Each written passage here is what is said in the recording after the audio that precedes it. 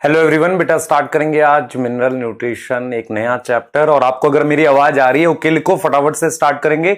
आज का हमारा दो गोल रहने वाला है। एक, हम इस चैप्टर को स्टार्ट करके काफी सारी चीजें पढ़ेंगे और एकदम स्टार्टिंग से लेंगे इसको कि पहले टॉपिक से स्टार्ट करने वाले हैं। दूसरा बेटा हमारा गोल रहेगा कि हम लोग कुछ क्वेश्चंस करेंगे ट्रांसपोर्ट इन प्लांट के। तो अगर आपको मेरी आवाज आ रही है तो एकदम ओके लिखो, है ना। फिर हम लोग स्टार्ट करें, जल्दी बता दो बेटा फटाफट से।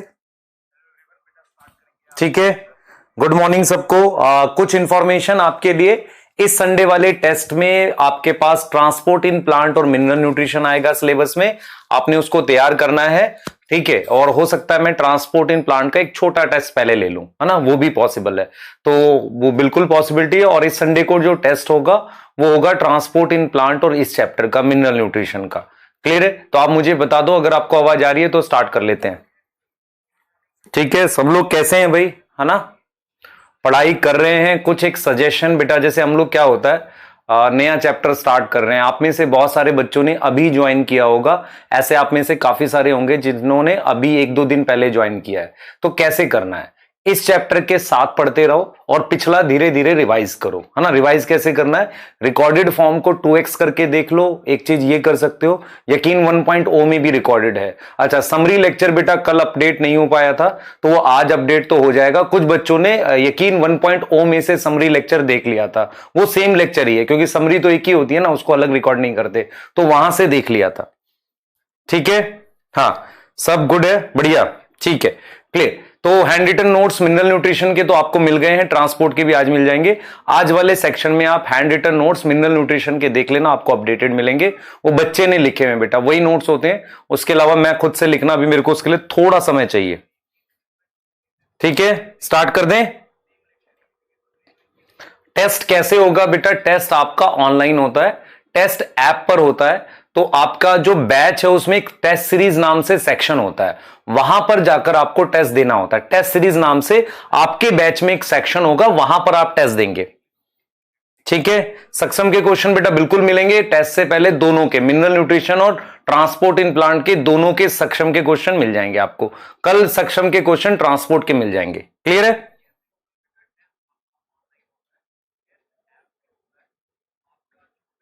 हाँ बेटा, मिनरल न्यूट्रिशन छोटा चैप्टर हो जाएगा।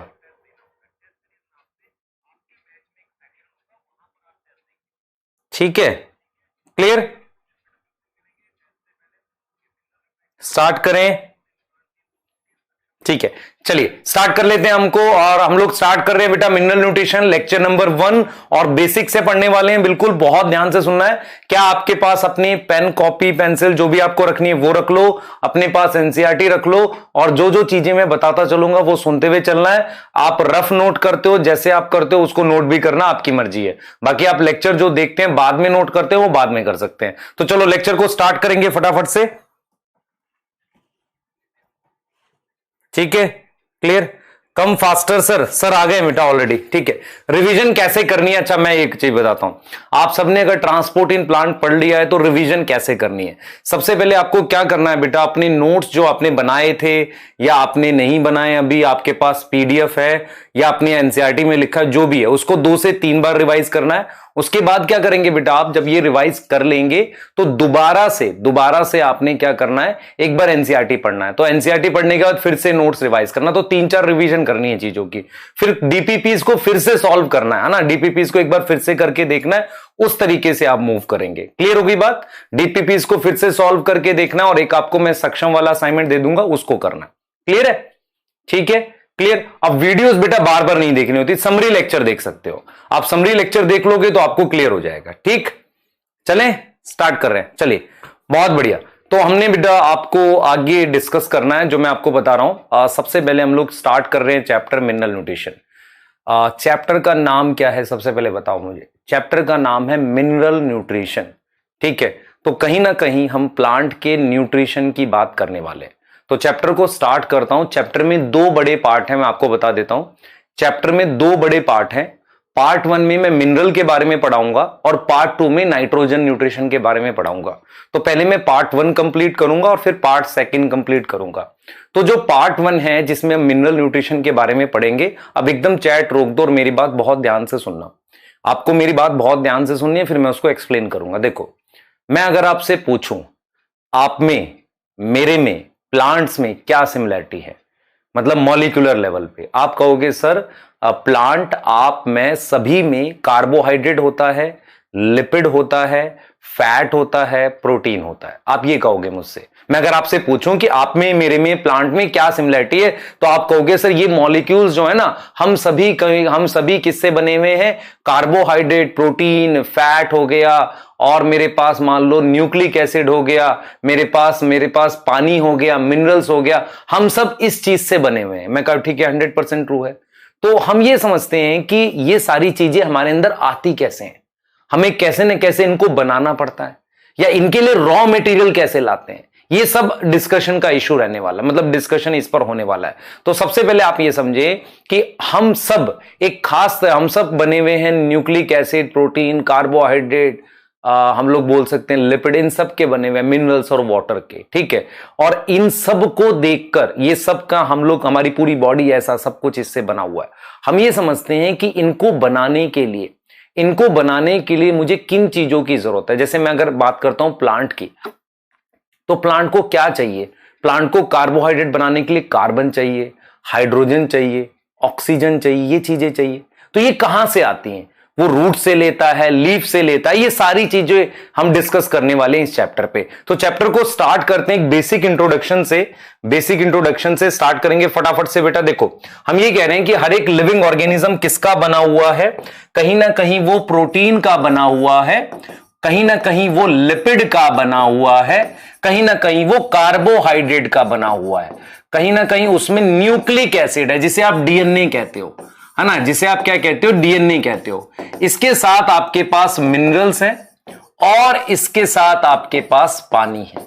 इन सब का मेरे पास इन सब से मेरे पास लिविंग ऑर्गेनिज्म बना हुआ है। ये बात मैंने डिस्कस कर ली। अब जरा आगे जाते हैं।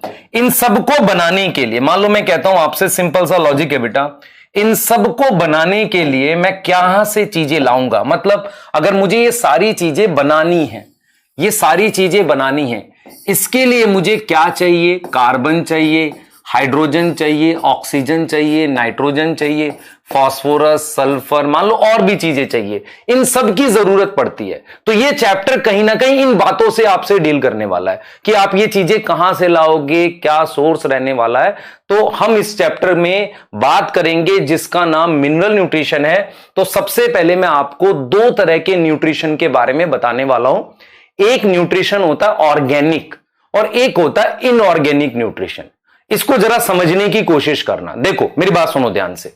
अगर मैं आपसे कहता हूं ऑर्गेनिक न्यूट्रिशन का मतलब है, ऑर्गेनिक का मतलब होता है कि मैं किसी और के थ्रू, ध्यान सुनेंगे बेटा, व्हाट इज इनऑर्गेनिक न्यूट्रिशन और व्हाट इज ऑर्गेनिक न्यूट्रिशन। हम कह रहे हैं कि प्लांट है, प्लांट को लेकर बात करते हैं हम। दो तरह के न्यूट्रिशन की बात करेंगे, दो तरह का एस्पेक्ट की मैं बात करने वाला हूं। पहला कि जैसे प्लांट कार्बोहाइड्रेट कहां से लाता है, कार्बोहाइड्रेट कहां से लाता है, तो कार्बोहाइड्रेट वो क्या करता है, CO2 से बनाता है, CO2 से बनाता है। ध्यान से देखो बेटा, ध्यान से देखना मैं जो बोलने वाला हूं। प्लांट क्या करता है, CO2 से कार्बोहाइड्रेट बनाता है। CO2 से क्या बनाता है, कार्बोहाइड्रेट बनाता है, ठीक है। वो नाइट्रोजन से क्या बनाता है बेटा, नाइट्रोजन से प्रोटीन बनाता है। आप सोचना इस बात को, वो सल्फर से भी प्रोटीन बना रहा है, वो फास्फोरस से क्या बना रहा है, डीएनए बना रहा है प्लांट, सही है, डीएनए बना रहा है। तो मैं आपको यह कह रहा हूं कि प्लांट ये चीजें बाहर से ले रहा है, ये चीजें बाहर से ले रहा है। तो प्लांट जो चीजें बाहर से लेता है, जैसे phosphorus, CO2, nitrogen, phosphorus, sulphur, इसको लेने को कहते हैं उसका इनऑर्गेनिक न्यूट्रिशन। इनऑर्गेनिक न्यूट्रिशन का मीनिंग क्या है कि प्लांट ने ये चीजें कहां से ली हैं, बाहर से ली हैं, इसे इनऑर्गेनिक न्यूट्रिशन कह रहे हैं। और प्लांट ने कार्बोहाइड्रेट खुद बनाया है, उसे हम ऑर्गेनिक न्यूट्रिशन कह रहे हैं। मतलब मेरा पॉइंट यह है कि प्लांट क्या करता है, बाहर से कार्बन लेता है और खुद का ग्लूकोज बनाता है। तो ग्लूकोज बनाने को उसका ऑर्गेनिक न्यूट्रिशन कह रहे हैं। उसको हम क्या कह रहे हैं, ऑर्गेनिक न्यूट्रिशन। और वो क्या कर रहा है, मेरे पास phosphorus, carbon dioxide, nitrogen, sulphur, ये सारी चीजें वो बाहर से ले रहा है। बाहर से कैसे ले रहा है वो हम डिस्कस करने वाले हैं। तो ये चैप्टर क्या डिस्कस करेगा, ये चैप्टर प्लांट के इनऑर्गेनिक न्यूट्रिशन से डिस्कस करेगा, क्योंकि इसके लिए तो मैं फोटोसिंथेसिस पढ़ने वाला हूं। इसके लिए कौन सा चैप्टर पढ़ूंगा, फोटोसिंथेसिस पढ़ूंगा। तो मैं आपको इस चैप्टर में क्या पढ़ाने वाला हूं, सुन लो ध्यान से। इस चैप्टर में हम स्टार्ट कर रहे हैं प्लांट के इनऑर्गेनिक न्यूट्रिशन की। जब हम बात करते हैं इनऑर्गेनिक न्यूट्रिशन की, इसका मतलब है कि मेरे पास phosphorus, carbon dioxide, nitrogen, sulphur plant कहां से लेता है, प्लांट लेता है टेक फ्रॉम आउटसाइड, बाहर से ले रहा है ना, बाहर से ले रहा है, सॉइल से ले रहा है, मान लो, है ना, सॉइल से बाहर से ले रहा है, तो उसे हम क्या बोलते हैं, उसका इनऑर्गेनिक न्यूट्रिशन बोलते हैं। और जो चीजें वो खुद बनाता है, मतलब ऑर्गेनिक का मतलब होगा एक तरीके से, ऑर्गेनिक में ऑटोट्रॉफ है, तो वो CO2 से ग्लूकोज खुद बना रहा है, तो इसे हम उसका क्या बोलते हैं, ऑर्गेनिक न्यूट्रिशन बोलते हैं। तो आपने आज क्या सीखना है, आपने देखो क्या मैंने क्या बोला, मैंने कहा सभी तरह के प्लांट में लिपिड, प्रोटीन, कार्बोहाइड्रेट सब कुछ होता है। इसको बनाने के लिए उसे बाहर से इन चीजों की जरूरत पड़ती है। ये चीजें जो प्लांट लेता है उसे इनऑर्गेनिक न्यूट्रिशन कहते हैं। अब यहां पर इनऑर्गेनिक न्यूट्रिशन के दो पार्ट हैं, सुनना ध्यान से। Plant carbon, hydrogen, oxygen soil से नहीं लेता, वो पानी और CO2 से लेता है। लेकिन अगर वो नाइट्रोजन, सल्फर, फास्फोरस सॉइल से लेता है तो उसे हम मिनरल न्यूट्रिशन कहते हैं। What is meaning of chapter का नाम क्या है, मिनरल न्यूट्रिशन। तो सबसे पहले मैंने आपको बताया कि प्लांट में इन सब चीजों की जरूरत है जो मेरे अंदर भी है। उसके बाद मैंने आपको यह बोला कि प्लांट में दो तरह का न्यूट्रिशन, एक ऑर्गेनिक, एक इनऑर्गेनिक। ऑर्गेनिक का मतलब जो खुद बना रहा है, इनऑर्गेनिक का मतलब जो चीजें वो बाहर से न्यूट्रिशन की फॉर्म में ले रहा है। तो इस चैप्टर में मुझे प्लांट के इनऑर्गेनिक न्यूट्रिशन को स्टडी करना है। अब इनऑर्गेनिक न्यूट्रिशन में ये सारी चीजें हैं, इनमें से बहुत सारी चीजें प्लांट सॉइल से लेता है। कार्बन, हाइड्रोजन, ऑक्सीजन सॉइल से नहीं आती, वो CO2 और पानी की फॉर्म में आती है, बाकी सारे आयन की फॉर्म में आते हैं। तो जो आयन की फॉर्म में मिट्टी से प्लांट ने लिया, सॉइल से प्लांट ने लिया, उसे मिनरल न्यूट्रिशन कहते हैं। चैप्टर का नाम समझो पहले। मिनरल न्यूट्रिशन का मतलब है कि प्लांट ने सॉइल से जो भी आयंस की फॉर्म में चीजें ली उसे हम मिनरल्स कहते हैं, क्योंकि सॉइल में मिनरल्स मिलते हैं, इसीलिए उसे मिनरल न्यूट्रिशन कहते हैं। तो mineral nutrition is inorganic nutrition of plant, जिसमें प्लांट उसको सॉइल से लेता है मिनरल के रूप में। तो मैं यहां पर बिल्कुल क्लियर कर रहा हूं आपको, यहां पर बिल्कुल यहां पे क्लियर कर रहा हूं बेटा, ये चीज समझो। मैं इसको थोड़ा सा चाह रहा हूं रब करके प्रॉपर लिखूं, तो मैं ऑर्गेनिक और इनऑर्गेनिक न्यूट्रिशन को एकदम क्लियरली लिखता हूं ताकि आपको याद रहे, है ना। जो ये तो एक्सप्लेन कर दिया आपको। देखो, what is organic nutrition, anything synthesize within plant, जो प्लांट के अंदर बनाई गई, लाइक CO2 से glucose, this is inorganic, organic nutrition. Inorganic मतलब plant take nutrients from outside, plant ने न्यूट्रिएंट्स कहां से लिए, फ्रॉम आउटसाइड, बाहर से लिए, न्यूट्रिएंट ले लिए भाई बाहर से। ठीक है, कैसे लिए देख लेते हैं। देखो कैसे लिए, फ्रॉम सॉइल अगर लेंगे तो उसे हम मिनरल न्यूट्रिशन कहते हैं, मिनरल न्यूट्रिशन कहते हैं। इसका मतलब यह हुआ कि जैसे मैं ये प्लांट बना रहा हूं, प्लांट ने सॉइल से मान लो नाइट्रोजन ले ली, फास्फोरस ले लिया, सल्फर ले लिया, इसे मिनरल न्यूट्रिशन कहते हैं। तो what is mineral nutrition, mineral nutrition is, मैं नोट में लिख रहा हूं, नोट है, mineral nutrition is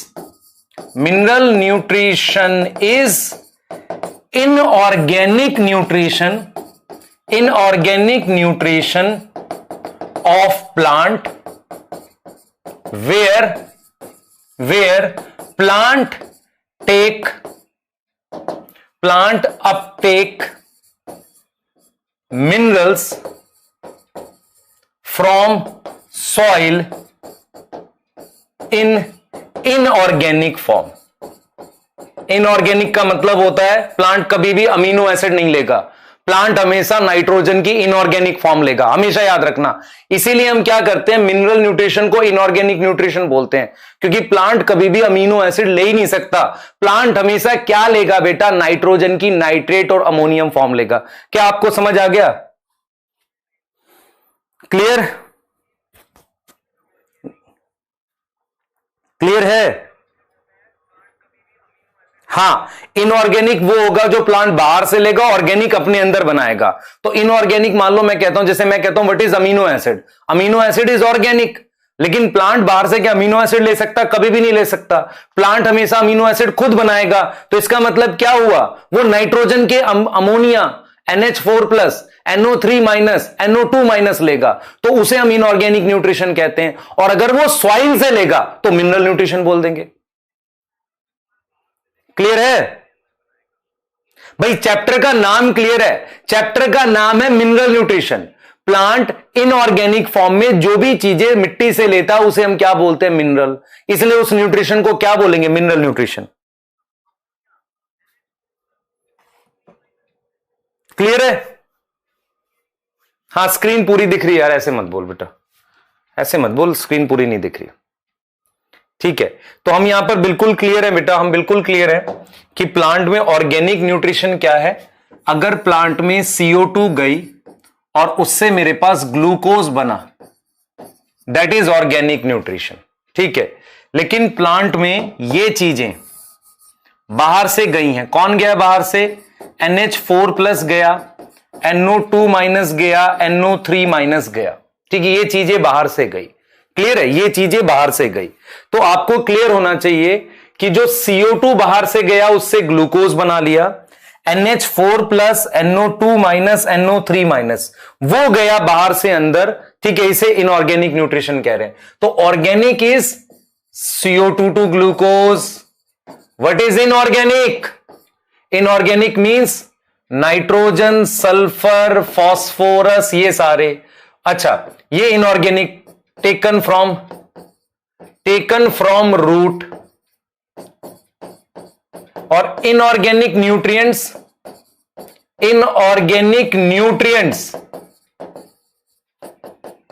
taken from soil is known as mineral nutrition. मुझे लग रहा है यहां तक तो बात क्लियर हो गई होगी अब तक। क्या आपको ये पहला पैराग्राफ समझ आ गया एनसीईआरटी का? भाई पहला पैराग्राफ समझ में आ गया? ठीक है। अच्छा बच्चों, बेटा आप में से बॉस, मैं आपसे कई बार ये बच्चे गड़बड़ करते हैं, मैं आपसे पूछता हूं कि प्लांट क्या अमीनो एसिड एब्जॉर्ब कर सकता है अगर सॉइल में? कभी नहीं कर पाएगा। प्लांट क्या ग्लूकोज एब्जॉर्ब कर सकता है? नहीं कर सकता। प्लांट सिर्फ आयनिक फॉर्म में मिनरल्स एब्जॉर्ब करता है रूट से। तो वो कौन सी फॉर्म होती? इनऑर्गेनिक। सही है, और रूट से लेता है, इसलिए मिनरल न्यूट्रिशन कहते हैं। ठीक है, वाटर को बेटा, हाँ वाटर को इनऑर्गेनिक ही ले ले। वाटर को बीच में क्या रिपीट करूंगा, ये देख बेटा, एक एक लाइन एनसीईआरटी की बता रहा हूं। अगर तुम्हें नहीं समझ में आ रहा है तो अभी भी देख लो। देखो क्या कहती है एनसीईआरटी, कहती है कि the basic need of all organism are essentially same. सबके अंदर कार्बोहाइड्रेट, प्रोटीन, फैट और बाकी चीजें हैं। और ये किसके लिए चाहिए बेटा? ग्रोथ और डेवलपमेंट के लिए चाहिए। पानी, मिनरल सब कुछ चाहिए होता है। ठीक है, हम ये चैप्टर किस पे फोकस कर रहा है? ओनली इनऑर्गेनिक प्लांट न्यूट्रिशन पे। ये किस पर फोकस कर रहा है? इनऑर्गेनिक प्लांट न्यूट्रिशन पर। ठीक है, क्लियर। और हम पढ़ेंगे कि कौन से ऐसे एलिमेंट्स हैं जो प्लांट के अंदर जाएंगे ग्रोथ और डेवलपमेंट के लिए, वो चीज पढ़ने वाले हैं। ठीक है, और हम इस चीज को बिल्कुल क्लियर है कि हम यहां पर मिनरल न्यूट्रिशन की बात करेंगे। हम यहां पर क्या बात करने वाले हैं? मिनरल न्यूट्रिशन की। What is mineral nutrition? जो इनऑर्गेनिक मिनरल प्लांट में आते हैं उन्हें हम क्या बोलते हैं बेटा? मिनरल बोलते हैं। तो यहां पर हम क्या पढ़ेंगे? मिनरल न्यूट्रिशन पढ़ेंगे, है ना। उन्हें हम क्या बोलते हैं? Mineral nutrition. तो ये चीज बिल्कुल क्लियर है। तो एक तो नाइट्रोजन फिक्सेशन के बारे में बताएगा, बाकी मिनरल्स के बारे में पढ़ेंगे जो प्लांट लेता है। तो यहां पर हम इनऑर्गेनिक प्लांट न्यूट्रिशन की बात करने वाले। सही है ना बेटा? CO2 इनऑर्गेनिक है, CO2 is inorganic, but plant को उसकी जरूरत नहीं ना। प्लांट तो ग्लूकोज बना लेगा, सल्फर लेगा तो इनऑर्गेनिक है। तो बाहर से जो चीजें लेता है प्लांट, वो इनऑर्गेनिक फॉर्म में लेता है और उसको कन्वर्ट करता है ऑर्गेनिक फॉर्म में। ये चैप्टर आपको क्या पढ़ाएगा कि प्लांट बाहर से चीजें कैसे लेने वाला, इतनी चीज क्लियर रखो। चलो आगे चलेंगे। अब यहां से हम आगे बात करने वाले हैं, बहुत ध्यान से सुनना, मैं आपको क्या बताने वाला हूं। अच्छा, मैं ये चाह रहा था कि comparison between plant and animal nutrition सुनना ध्यान से। देखो मेरी बात समझो ध्यान से। प्लांट बाहर से काफी सारी चीजें लेता है, CO2 लेता है, पानी लेता है और मिनरल्स लेता है, जिसे हम उसका क्या बोलते हैं, इनऑर्गेनिक न्यूट्रिशन बोलते हैं। अब प्लांट का इनऑर्गेनिक न्यूट्रिशन कहां से है, फ्रॉम सॉइल है मेनली। अगर मैं CO2 और इसको छोड़ दूं, from soil, so it is called क्या बोलेंगे, मिनरल न्यूट्रिशन। मेरी बात अगर समझ पा रहे हो तो बहुत इंपॉर्टेंट है बेटा। देखो आप खुद से सोचो, प्लांट ये इनऑर्गेनिक फॉर्म जो लेता है वो सॉइल से लेता है। अगर वो सॉइल से ले रहा है तो इसलिए इसको मिनरल न्यूट्रिशन बोल दिया। अब ये आपके पास मान लो कोई एनिमल है, मुझे खुद से बताओ, एनिमल जो है, जैसे मैं आपसे पूछता हूं कि आपके अंदर सोडियम है, नमक है, आप कहोगे हां सर है। कहां से आया, आपने खाने में खाया, ठीक हो कोई बात। मैं आपसे पूछ रहा हूं कि कोई काऊ वगैरह है, उसके अंदर सोडियम क्लोराइड कहां से आएगा, प्लांट खा के। क्या उसकी रूट्स हैं, क्या काऊ की रूट्स हैं, नहीं। तो आपको यह समझ में आना चाहिए कि जो एनिमल है, ये जो एनिमल है, ये एनिमल, कोई भी animal for organic nutrition and inorganic nutrition, organic और इनऑर्गेनिक न्यूट्रिशन के लिए किस पे डिपेंड है, depend on plant, depend on plant. उसके अंदर NaCl मेरे पास कार्बन, हाइड्रोजन, जो भी काऊ में आएगा वो प्लांट से आएगा, तो वो इस पर डिपेंड है। लेकिन अगर मैं प्लांट की बात करूं, प्लांट ऑर्गेनिक खुद बना लेता है और इनऑर्गेनिक के लिए वो किस पर डिपेंड है, सॉइल पे डिपेंड है। इसीलिए ह्यूमन फिजियोलॉजी में कोई मिनरल न्यूट्रिशन का चैप्टर नहीं है, क्योंकि वो टोटली प्लांट पर डिपेंड है। किसको लेके, ऑर्गेनिक और इनऑर्गेनिक फॉर्म पे। जैसे मैं कहता हूं मेरे अंदर कैल्शियम कहां से आया, वो कभी ना कभी किसी प्लांट ने रूट से एब्जॉर्ब किया था, वो कैल्शियम मेरे अंदर है। आपके अंदर भी वही कैल्शियम है, आपने कहीं ना कहीं उसको ऐसे लिया होगा। लेकिन जो प्लांट है वो ऑर्गेनिक के लिए किस पे डिपेंड है, खुद बना रहा है, इनऑर्गेनिक वो सॉइल से ले रहा है। इसीलिए चैप्टर को पढ़ाया जा रहा है जिसे मिनरल न्यूट्रिशन कहते हैं। अब इसमें पढ़ना क्या है, इसमें पढ़ना यह है कि ये मिनरल कैसे एब्जॉर्ब होगा, इनका क्या रोल है, क्या इनकी कमी से फर्क पड़ेगा। एक तरीके की मिनरल स्टडी करनी है हमने, एक तरीके की क्या करनी है, मिनरल स्टडी करनी है। अब मिनरल स्टडी कैसे करनी है उसके बारे में डिस्कस कर रहा हूं। क्लियर है बेटा, क्लियर। आप ऑर्गेनिक और इनऑर्गेनिक के लिए किस पे डिपेंड हो, किस पे डिपेंड हो, प्लांट पे। और प्लांट क्या करते हैं, इनऑर्गेनिक बाहर से लेते हैं सॉइल से, इसलिए मिनरल न्यूट्रिशन, और बाकी वो खुद बनाते हैं।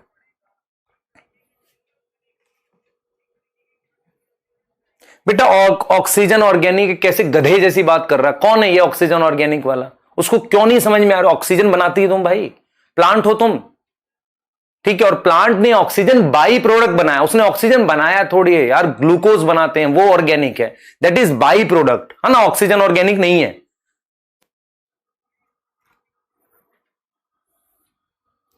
अरे यहां तक क्लियर हो गया, बाई प्रोडक्ट है।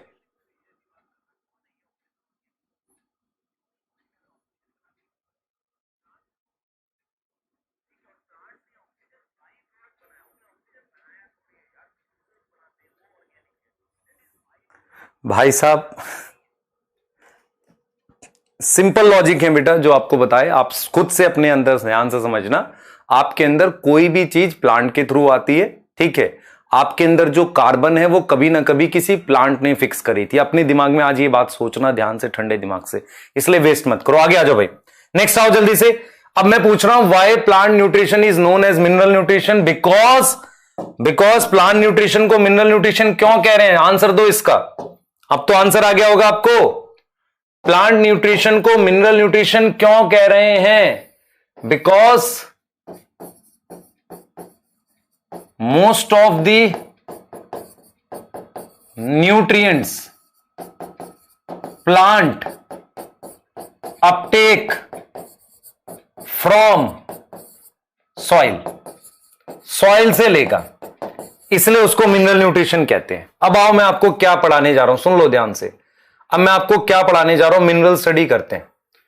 अब मिनरल स्टडी करना है बेटा, हमने क्या करना है इस चैप्टर में, मिनरल की स्टडी करनी है। अब आप समझ गए हो चैप्टर क्या है, चैप्टर क्या है जिसमें मिनरल स्टडी करनी है। अब चैट रोक दो, ध्यान से सुनो। What is meaning of mineral study? What is mineral study?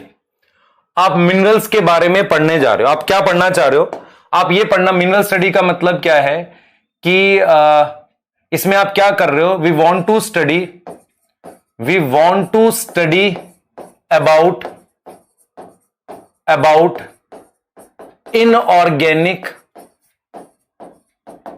Nutrients of plant.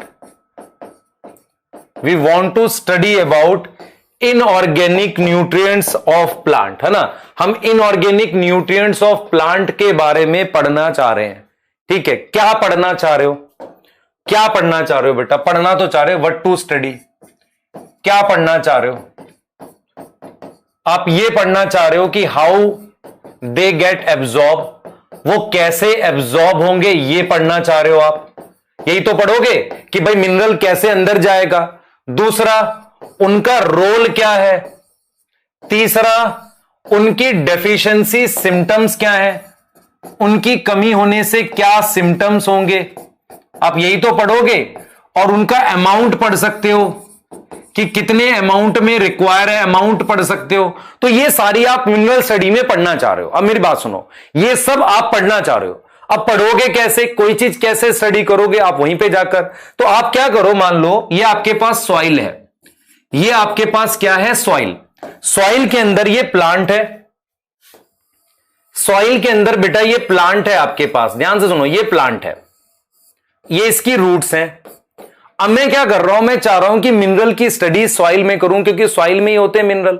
अब सॉइल में मिनरल की स्टडी करना बहुत मुश्किल है, प्रॉब्लम है। ये प्रॉब्लम इसलिए बेटा क्योंकि सॉइल में अगर आपको मान लो मैं कहता हूं सोडियम को स्टडी करना है, तो सोडियम के रोल को आप कैसे स्टडी करोगे। जैसे मान लो मैं कहता हूं मेरे को रोल स्टडी करना है या डेफिशिएंसी सिम्टम स्टडी करना है, तो मैं कैसे करूंगा। देखो मैं ऐसे करूंगा कि मेरे पास मान लो सॉइल में काफी सारा सोडियम है, मैं इस सोडियम को रिमूव कर दूंगा। अगर मैं इसको रिमूव करूंगा तो उससे मेरे पास कुछ सिम्टम्स आएंगे, और फिर बाद में जब सोडियम ऐड करूंगा तो वो सिम्टम्स गायब होंगे।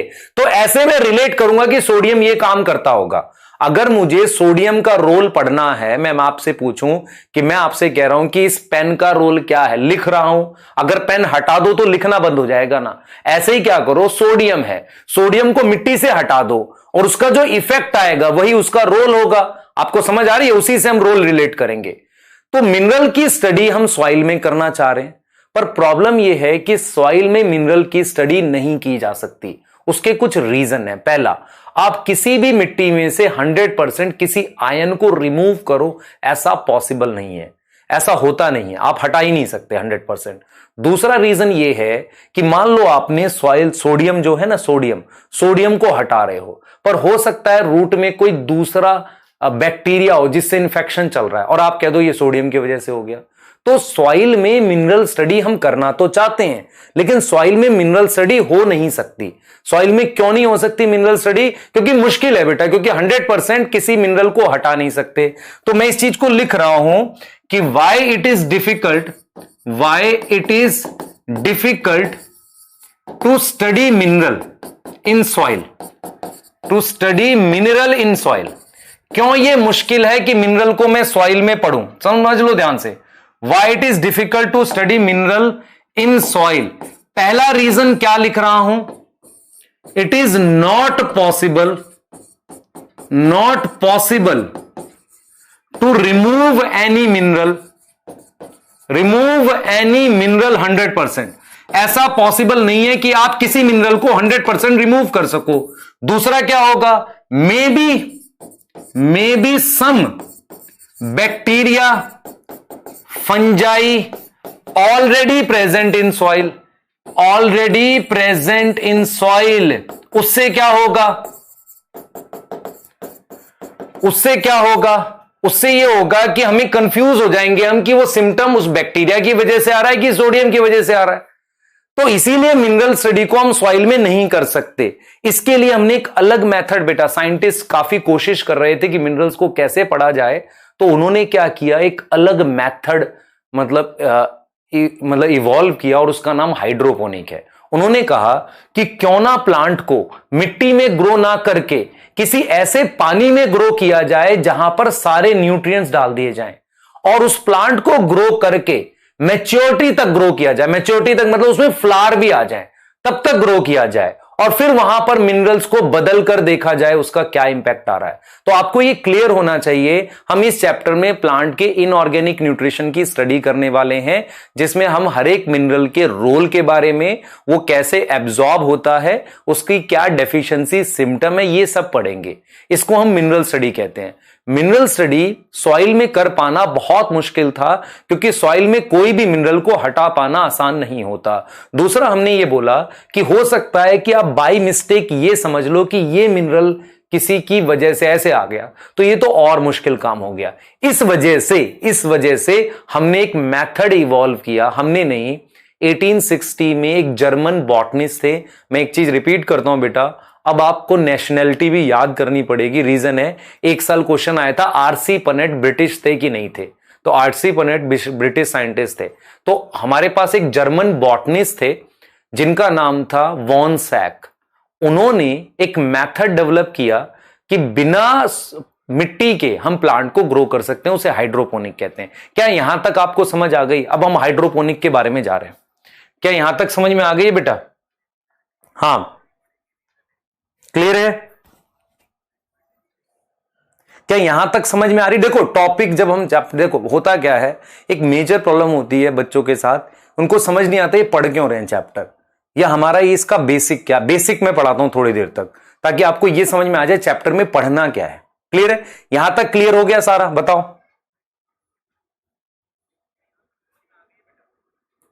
अरे यार क्या बात हो गया, शिवम चौहान ऐसी बात लिख रहा है कोई बात नहीं बेटा।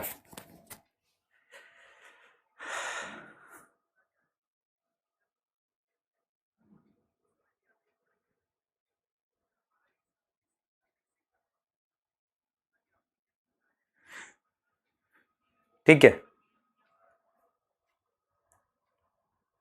हाँ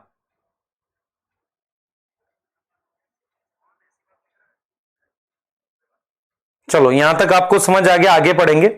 और यदि आप समय देखें बेटा, जितने समय में हमें मिलता है पढ़ाने को, हम उतने समय में ही उस चीज को पढ़ा सकते हैं। आप रिपीट लिखते जाएंगे, मैं 5000 साल तक तो चीज पढ़ा नहीं सकता, ये आपको भी पता है और हमें भी पता है, इसमें कोई ऐसा वो नहीं है। ठीक है, जब आप रिपीट लिखते हो मैं चीजें बता देता हूं। बाकी आप में से कुछ बच्चे कई बार क्या होता है, चैट में ऐसी बातें लिखते हैं जो ठीक नहीं होती टीचर के लिए, वो आपकी मर्जी है, वो आप अपने लिए मतलब बिल्कुल लिख सकते हो। पर अगर हम कोई टॉपिक छोड़े, ठीक है, कोई चीज ठीक से ना कराएं, तो हम रिस्पॉन्सिबल है। ठीक है बेटा? हाँ क्लियर है? ठीक है, बाकी आप मतलब free to write anything about any teacher. ठीक है, आप लिख सकते हैं, कोई दिक्कत नहीं है। पर हमें क्या होता है बेटा, एक टाइम फ्रेम है आपका, इतना दिन में सिलेबस कराना होता है, और क्योंकि आपका एग्जाम फिक्स डे पर है ना कि इस दिन होना है, तो उसके अकॉर्डिंग हमें पढ़ाना पड़ता है। तो उसमें हम क्या करते हैं, कोशिश करते हैं एक्सप्लेन करें चीजों को। अब आप इतने सारी एस्पिरेशंस के साथ बैठे हुए हैं कि नोट्स भी मैं ही बना दूं आपके सारे, पढ़ भी मैं ही लूं, तो ऐसे नहीं होगा ना। आपको क्या करना है आप समझ लो ध्यान से। एनसीईआरटी लेकर बैठे हो साथ में, आप देखो मैं जो पढ़ा रहा हूं वो है कि नहीं, बस इतना काफी रहेगा। ठीक है, क्लियर है? चलिए आगे चलेंगे। हाँ आगे चलो बेटा, आगे हम क्या आ गए, हाइड्रोपोनिक्स क्या है। देखो हाइड्रोपोनिक्स क्या है, मैं आपको क्लियर बोल रहा हूं। होता क्या है, टू स्टडी मिनरल की स्टडी करने के लिए एक ऐसा मेथड बनाया गया जिसमें बिना सॉइल के प्लांट को ग्रो करते हैं। तो हाइड्रोपोनिक्स क्या है, ध्यान से सुनेंगे। इट इज अ टेक्निक, यहां पर कुछ इंपॉर्टेंट बातें हैं। In which plant is grown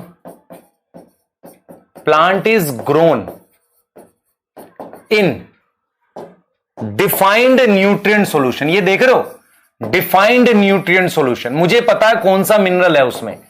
defined nutrient solution till maturity, कहां तक?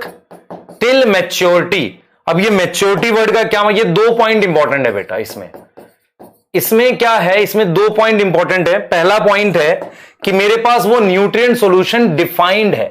डिफाइंड न्यूट्रिएंट सॉल्यूशन का मतलब हो गया, मेरे पास डिफाइंड का मतलब मुझे पता है इसमें कौन से मिनरल हैं। ठीक है, कौन से मिनरल हैं ये पता है। दूसरा, मुझे मैच्योरिटी तक ग्रो करना है, तब तक ग्रो करना है, ऐसा नहीं कि थोड़ा सा ग्रो कर गया काम चल गया, फ्लावर भी आना चाहिए टिल मैच्योरिटी तक। और क्या करना है बेटा, विदाउट सॉइल ग्रो करना है। क्या करना है, विदाउट सॉइल ग्रो करना है। उसे हम क्या बोलते हैं, हाइड्रोपोनिक बोलते हैं। और वो किसने किया था बेटा, first developed by von Sachs 1860 में, ठीक है, जर्मन बॉटनिस्ट थे। अब मेरी बात समझो ध्यान से, किस लिए किया गया, टू स्टडी मिनरल। किस लिए किया गया, स्टडी मिनरल की स्टडी करने के लिए यह टेक्निक बनाई गई। तो इसे हम कहते हैं सॉइललेस कल्चर ऑफ प्लांट, बिना मिट्टी के ग्रो कर रहे हैं। यहां पर हम क्या कर रहे हैं बेटा, बिना मिट्टी के मतलब ग्रो कर रहे हैं, इसको हम कह रहे हैं हाइड्रोपोनिक्स। अब देखो हाइड्रोपोनिक्स में हम कैसे पढ़ते हैं, सुनना ध्यान से, मेरी बात सुनो ध्यान से। देखो मान लो आपके पास ये सॉल्यूशन है, इसमें आप सबसे पहले प्योर वाटर ले लो। प्योर वाटर का मतलब एक तरीके से डिस्टिल वाटर।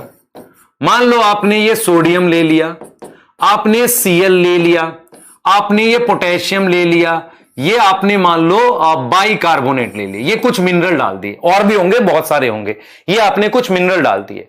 तो ये हो गया मेरे पास defined nutrient solution. Defined nutrient solution. अब इस डिफाइंड न्यूट्रिएंट सॉल्यूशन में आपने प्लांट डाल दिया, देखो ये प्लांट डाल दिया ऐसे। अब आपने क्या किया, अब आप देख पा रहे हो इसमें से मैंने ग्रीन वाले डॉट्स हटा दिए। मान लो मैंने Cl को रिमूव कर दिया यहां से, ठीक है, Cl को रिमूव कर दिया। अब उसका इंपैक्ट मैंने देखा कि ये जो लीफ हैं हल्की सी इसमें येलोविंग हो गई है, ये हल्की सी येलो हो गई लीफ। मैंने क्या हटा दिया यहां से, मैंने यहां से Cl रिमूव कर दिया। मान लो मैंने Cl माइनस को रिमूव कर दिया। तो ऐसे करते हैं मिनरल की स्टडी ऐसे करते हैं। आपके पास ये मिनरल सॉल्यूशन है, उसमें प्लांट को ग्रो करते हैं, उसके बाद किसी मिनरल को हटा देते हैं, सब्स्टिट्यूट कर देते हैं, या बेसिकली उसको बढ़ा देते हैं, कुछ भी ऐसा करके हम मिनरल के बारे में पढ़ते हैं। तो how mineral study, what to study in hydroponics, क्या पढ़ना चाह रहे हैं हम हाइड्रोपोनिक्स में। सबसे पहले हम पढ़ना चाह रहे हैं रोल ऑफ मिनरल। हम मिनरल का रोल ऑफ मिनरल पढ़ना चाह रहे हैं, ठीक है। दूसरा हम पढ़ना चाह रहे हैं उसका डेफिशिएंसी सिम्टम। हम क्या पढ़ना चाह रहे हैं, डेफिशिएंसी सिम्टम पढ़ना चाह रहे हैं कि उसकी कमी से हुआ क्या। मान लो ये लीफ येलो हो गई उसके हटाने से। अब मेरे को बताओ, मान लो मैंने Cl 100% गायब कर दिया, Cl बिल्कुल हटा दिया।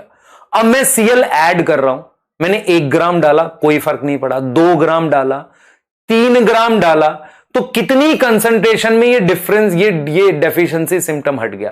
तो हम ये भी निकाल सकते हैं यहां से कि कंसंट्रेशन ऑफ मिनरल रिक्वायर, कितनी कंसंट्रेशन चाहिए, ये निकाल सकते हैं, है ना, ये पता कर सकते हैं, ठीक है। उसके बाद हम ये भी निकाल सकते हैं, इसको कमर्शियल यूज भी कर सकते हैं। ये सब बेटा हाइड्रोपोनिक्स का यूज है। इसको कमर्शियल यूज कर सकते हैं फॉर सम क्रॉप्स, कुछ ऐसी क्रॉप है उनके लिए कमर्शियल यूज कर सकते हैं। तो व्हाट इज हाइड्रोपोनिक, आपके पास एक मिनरल सॉल्यूशन है। मिनरल सॉल्यूशन मतलब प्योर वाटर में मिनरल डाले हुए हैं। आपने प्लांट ले लिया, आपने क्या किया, किसी मिनरल को हटा दिया, सिम्टम आ गए, फिर आपने वो मिनरल ऐड किया। तो आप रोल पता कर सकते हो, सिम्टम पता कर सकते हो, कितने अमाउंट पर वो सिम्टम हटेगा ये पता कर सकते हो, और कुछ क्रॉप्स को कमर्शियली भी आप इस सॉल्यूशन में उगा सकते हो, ग्रो कर सकते हो। तो इसे हम कहते हैं हाइड्रोपोनिक, जो सॉइललेस कल्चर होता है प्लांट का। एनसीईआरटी ने बोला कि 1860 में वॉन सैक ने ये मेथड डेवलप किया। इसके बाद बहुत सारे साइंटिस्ट इस पर लगे रहे, उन्होंने एक ऐसा न्यूट्रिएंट सॉल्यूशन डेवलप कर लिया जो आइडियल है, जिसमें सारे मिनरल प्रेजेंट और एक फिक्स कंसंट्रेशन में, उसमें प्लांट को वो ग्रो करते थे। और किसी भी मिनरल को रिप्लेस करके या किसी मिनरल को ऐड करके आप जो बदलाव लाते हैं उससे मिनरल की स्टडी करते थे। इससे फायदा क्या हुआ, आप सॉइल में नहीं कर रहे हो, सिस्टम छोटा है। देखो अगर मिट्टी में से सोडियम हटाना है तो बहुत मेहनत लगेगी, मिट्टी बड़ा सिस्टम है, छोटे सिस्टम में चीजों को मैनिपुलेट करना आसान होगा। क्लियर है। तो ये मेथड डेवलप किया गया, इसे हम क्या बोलते हैं, हाइड्रोपोनिक। इसके बाद इसमें बहुत सारे सुधार हुए, मतलब नई नई टेक्निक्स आई, पर बेसिक चीज सेम रह गई कि प्लांट को एक डिफाइंड न्यूट्रिएंट सॉल्यूशन में ग्रो करेंगे बिना मिट्टी के, और उस न्यूट्रिएंट सॉल्यूशन में हमें क्या करना है, मतलब न्यूट्रिएंट के अलावा कुछ नहीं होगा। क्लियर? और वो एक फिक्स कंसंट्रेशन में होगा। क्या इतनी बात समझ में आ रही है? क्लियर है बेटा? बेटा कमर्शियल मतलब होता है आप बेचने के लिए कुछ प्लांट्स को उगाना इसमें, ठीक है। बायोएसे इज डिफरेंट थिंग बेटा। Hydroponic is a technique where plant can be grown in a defined nutrient solution, है ना। If we remove any mineral then deficiency symptom can be relate with that mineral, ये कर सकते हैं। This is what hydroponic is. Clear है ना? सही है यहां तक? हां, यहां तक क्लियर है? क्या आपको समझ में आ रहा है कि हम क्यों पढ़ रहे हैं इसको? हां, ठीक है, बहुत बढ़िया, ठीक है, बहुत बढ़िया। अब हम आगे डिस्कस कर रहे हैं बेटा, हम आगे डिस्कस कर रहे हैं। तो हमारे पास क्या है, एक बेसिक सेटअप है पहले हाइड्रोपोनिक का, वो देख लो। आपके पास एक बेसिक सेटअप है हाइड्रोपोनिक का, ठीक है, क्लियर। हाँ, 1860 है बेटा, ईयर नहीं लिखा मैंने, ईयर लिखा होगा, 1860 है बेटा। आ जाओ बेसिक सेटअप, आ जाओ हाइड्रोपोनिक का। देखो एक बेसिक सेटअप क्या है हाइड्रोपोनिक का, देखो ध्यान से देखना। हाइड्रोपोनिक में सबसे पहले इसे न्यूट्रिएंट सॉल्यूशन कह रहे हैं। This is nutrient solution.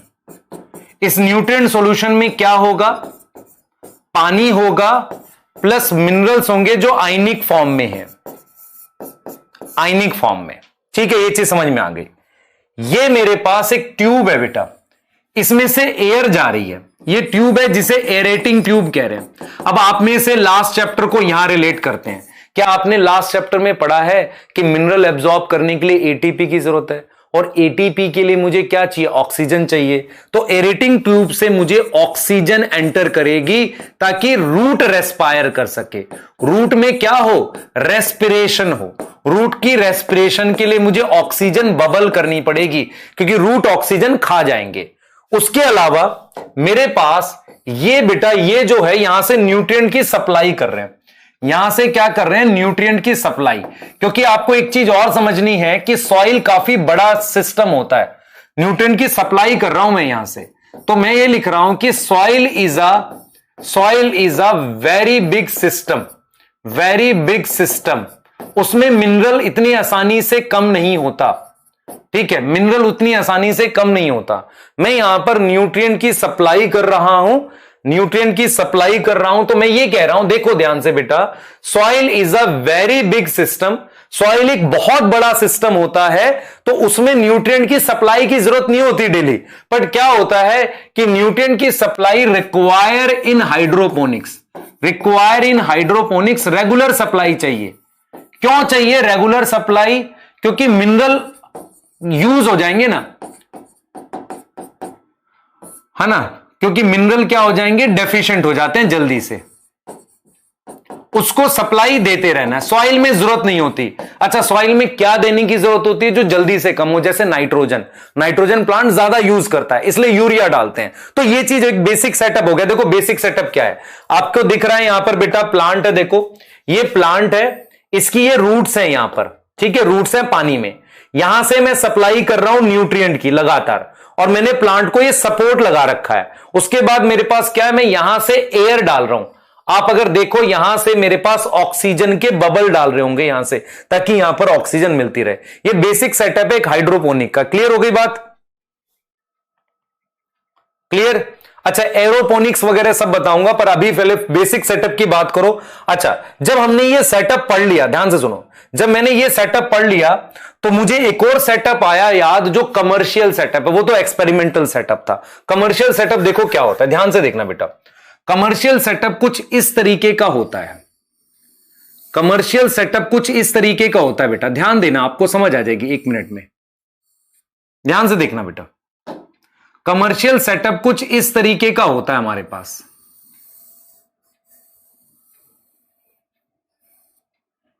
एक सेकेंड देना। देखो बेटा, हमारे पास कमर्शियल सेटअप कुछ इस तरीके का होता है। ऐसा कमर्शियल सेटअप होता है, मतलब जिसमें हम कमर्शियली प्लांट को ग्रो करते हैं, मतलब प्लांट को ग्रो करते हैं कमर्शियली, वो सेटअप की मैं बात कर रहा हूं। ऐसा कुछ सेटअप होता है कमर्शियली। देखो ये आपके पास प्लांट है, ये उसकी रूट है, ऐसे ये उसकी रूट है, ठीक है। मैंने यहां पर क्या किया हुआ है, मोटर लगाई हुई है।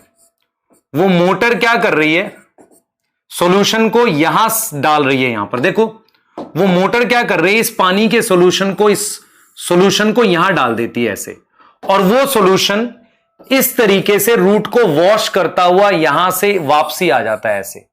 ये सॉल्यूशन को पानी की मोटर यहां डाल रही है और ये वॉश करते हुए आ रहा है यहां पे, समझ रहे हो? देखो देख पा रहे हो कि ये मैंने प्लांट लगा रखा है, ये मोटर जो है पानी इस न्यूट्रिएंट सॉल्यूशन को ऐसे सर्कुलेट करा रही है। साथ में मैंने क्या किया हुआ है, ऑक्सीजन के लिए यहां पंप छोड़ा हुआ है, तो ऑक्सीजन यहां आ रही है, तो ऐसे ही घूमता रहता है। ऐसा सेटअप बनता है, आप देखो अगर आपको दिख रहा हो तो ये दिख जाएगा ऐसे। ऐसा सेटअप बनता है जिसमें पानी ऐसे सर्कुलेट करेगा और रूट के वहां से वॉश करता हुआ वापसी इस कंटेनर में आ रहा है। इस तरीके का सेटअप बनता है। अब देखो पानी, ये रूट इधर की तरफ दिखा रहा है ऐसे, पानी की डायरेक्शन में ऐसे, तो वो उसको वॉश करते हुए आता है। ये बेटा कमर्शियल सेटअप है। यहां पर आप क्या क्या उगा सकते हो कमर्शियल प्लांट में, बता देता हूं कौन से उगा सकते हो आप कमर्शियल प्लांट में। कमर्शियली आप किनको ग्रो कर सकते हो कमर्शियली? लेट्यूस। लेट्यूस क्या होता है? पत्ता गोभी होती है बेटा, एक अलग तरह की। Seedless cucumber, seedless cucumber, seedless cucumber, lettuce है ना, लेट्यूस हो गया, सीडलेस कुकुम्बर हो गया, और टोमेटो। इन प्लांट्स को आप कमर्शियली ग्रो कर सकते हो ऐसे। ये सेटअप है, यहां से न्यूट्रिएंट सॉल्यूशन वॉश करके इधर ऐसे घूम रहा है मोटर की मदद से, और ऑक्सीजन आप यहां पे लगातार बबल कर रहे हो। क्लियर हो गई बात, है ना? एक कह रहा है बहुत स्पीड पढ़ा रहा हूं, भगवान स्लो पढ़ा रहा हूं बेटा, ध्यान से सुन तो सही। हाइड्रोपोनिक समझ में आ गया तेरे को? ठीक है डॉक्टर मैड मैक्स, हाइड्रोपोनिक समझ आया? क्या पढ़ाया? न्यूट्रिएंट सॉल्यूशन में ग्रो करना। ठीक है, ये तेरे को सिर्फ डायग्राम समझा रहा हूं कि पानी यहां से ऐसे वॉश करके आता है, बस रूट को वॉश करके ऐसे घूम के आता रहता है, और उसमें मैंने ऑक्सीजन का सेटअप डाल दिया। ठीक है, हाँ परेशान मत हो बेटा, ध्यान से सुनना आप। और मैंने ये बोला था ऑक्सीजन की क्यों जरूरत है, क्योंकि रूट बिना ऑक्सीजन के मिनरल नहीं एब्जॉर्ब करेगी। क्लियर है? हाँ क्लियर है। कमर्शियल का मतलब होता है कुछ ऐसी क्रॉप्स होती हैं जिनको हम हाइड्रोपोनिक में उगाते हैं, अच्छी उगती है, उसको बेचने के लिए मार्केट में इन क्रॉप्स को उगाते हैं। आ जाओ आगे देखो जरा, क्या क्या रोल है हाइड्रोपोनिक्स का। पहला रोल अभी मैंने बताया ऑलरेडी, पहला role study of minerals, their role, उनको पढ़ेंगे। Second, which minerals are essential, उनको पढ़ सकते हैं, कौन से मिनरल जरूरी है उनको पढ़ा जा सकता है। ठीक है, क्लियर बेटा? मोटर नहीं लगाएंगे तो पानी कैसे घूमेगा? मोटर के बिना पानी थोड़ी घूमेगा, मोटर लगानी इसलिए जरूरी है, अपने आप थोड़ी घूमेगा। लेट्यूस नहीं पता, पत्ता गोभी जैसा होता है यार, बर्गर में मिलता है, आपको कभी देखा होगा। Which minerals are essential. Third, deficiency symptoms, क्या निकाल सकते हो? डेफिशिएंसी सिम्टम्स स्टडी कर सकते हो कि किस मिनरल की कमी से कौन सा सिम्टम होता है। ठीक है, विच मिनरल गिव विच सिम्टम, ये पढ़ सकते हो आप। और क्या पढ़ सकते हो? फोर्थ, ये पढ़ सकते हो। उसके अलावा और क्या पढ़ सकते हो बताओ जल्दी से? आप पढ़ सकते हो कि अमाउंट ऑफ मिनरल रिक्वायर, ये सब रोल है बेटा हाइड्रोपोनिक का। और क्या कर सकते हो? मैंने ऑलरेडी लिख दिया। और क्या कर सकते हो? Some crops can be grown commercially. Commercial मतलब बेचने के लिए यार, कमर्शियली के पीछे पड़े हुए कुछ। क्लियर है? हाँ, आप टॉक्सिसिटी स्टडी कर सकते हो, लिख लो भले ही, टॉक्सिसिटी स्टडी कर सकते हो कि मिनरल टॉक्सिक है कि नहीं, ये सब आपकी एनसीईआरटी लिखती है। ठीक है, हाँ बेटा एक बच्चे ने पूछा है कि जब ये पानी फ्लो करेगा रूट एब्जॉर्ब करेगी कि नहीं। एक्चुअल में रूट पानी में डूबी हुई है ना, और पानी बहुत तेज फ्लो नहीं कर रहा, स्लो फ्लो करता है। ऐसा नहीं कि उसमें पूरा नदी बहा रहे हैं, ऐसा नहीं होता, स्लो फ्लो करता है, बिल्कुल एब्जॉर्ब करती है। ऑक्सीजन जरूरी है, नहीं तो रूट मर जाएगी। क्लियर है? ठीक है, हां बिल्कुल। आ जाओ जरा, ये देखो बेटा, ये देखो कॉटन से, कॉटन बेटा वहां पर कॉटन लगा रखी है उसको सपोर्ट देने के लिए, बस। ये देखो 1860 Julius von Sachs, a prominent German botanist, उन्होंने दिखाया कि first time that plant could be grown to maturity तक, किसमें? डिफाइंड न्यूट्रिएंट सॉल्यूशन में, कंप्लीट एब्सेंस ऑफ सॉइल में। इस टेक्निक को क्या बोल रहे हैं? हाइड्रोपोनिक बोल रहे हैं। Since then a number of improvised मतलब एक तरीके से हमने कुछ नया डेवलप करने की कोशिश करी, जिसमें हमने पता लगाया mineral nutrient essential for plant, मतलब हमने ऐसी टेक्निक्स डेवलप करी जिसमें पता लगा लिया कि कौन से मिनरल जरूरी हैं। दूसरा, the essence of all this method, हमने क्या किया? देखो अलग अलग साइंटिस्ट आए, उन्होंने अलग अलग तरीके से पता लगाया इस हाइड्रोपोनिक यूज करके कि कौन से मिनरल जरूरी है। इन सब मेथड का मेन पॉइंट क्या था कि प्लांट को कल्चर कर सकते हैं डिफाइन न्यूट्रिएंट सॉल्यूशन में। इस मेथड में प्योर वाटर चाहिए, मिनरल न्यूट्रिएंट चाहिए, ये सारी चीजें चाहिए। क्लियर? तो after a series of experiment, बहुत सारे एक्सपेरिमेंट हाइड्रोपोनिक पे हुए, उसके बाद हमने क्या कर लिया? ये पक्का कर लिया, देखो ये मिनरल हटाया, ये डाला, इससे पता कर लिया कि कौन सा न्यूट्रिएंट सॉल्यूशन ठीक है, मतलब किसमें मैंने कौन सा मतलब बनना चाहिए। देखो मेरी बात सुनो ध्यान से। मान लो मैंने गोल्ड भी डाल के देखा, उससे कोई फर्क नहीं पड़ा, वो प्लांट ले भी रहा था तो कोई फर्क नहीं पड़ रहा था उसकी कमी से। तो ऐसे करते करते मतलब मिनरल्स को बदलते बदलते फाइनली हम उस सॉल्यूशन पे आ गए जो प्लांट के लिए जरूरी है। क्लियर है? क्लियर? यहां तक समझ में आ रहा है बेटा?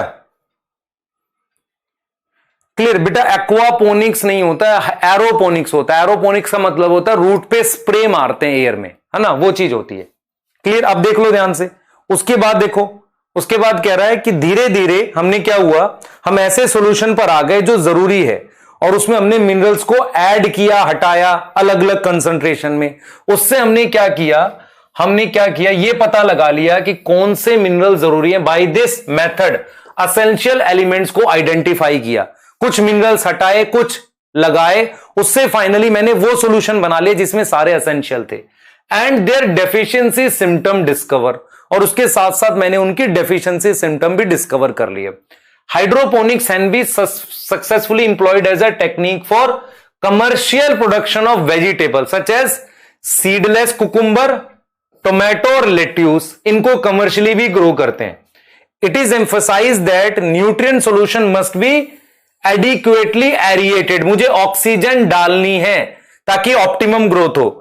What would happen if the solution is poorly, अगर ऑक्सीजन नहीं होगी तो मिनरल एब्जॉर्ब नहीं होगा, क्योंकि बिना एटीपी के मिनरल एब्जॉर्ब नहीं होता। यहां तक क्लियर है? बताओ जल्दी से, क्लियर है यहां तक? जल्दी बताओ बेटा। कि मैं कह रहा हूं गोल्ड एब्जॉर्ब हो जाएगा प्लांट में, रोल नहीं है, आप बदलते रहो सिम्टम नहीं आएगा। गोल्ड जरूरी नहीं है, असेंशियल नहीं है।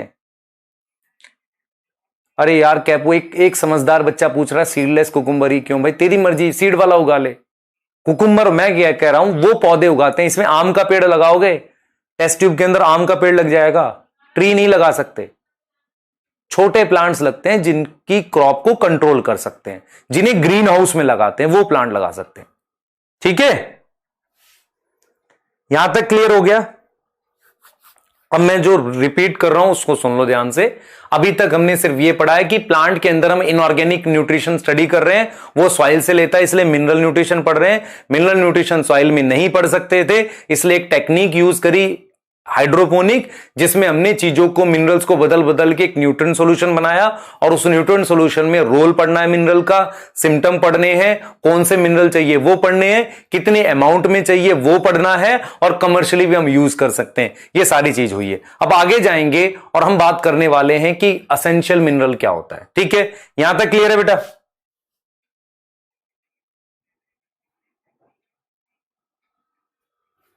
ठीक है, चलो आ जाओ, अब फोकस करो और थोड़ा सा फास्ट लेते हैं, यहां से फास्ट नहीं लेते हैं, सुनो ध्यान से। अब मैं यहां से क्या बोल रहा हूं सुन लो ध्यान से, मैं एसेंशियल मिनरल की बात कर रहा हूं।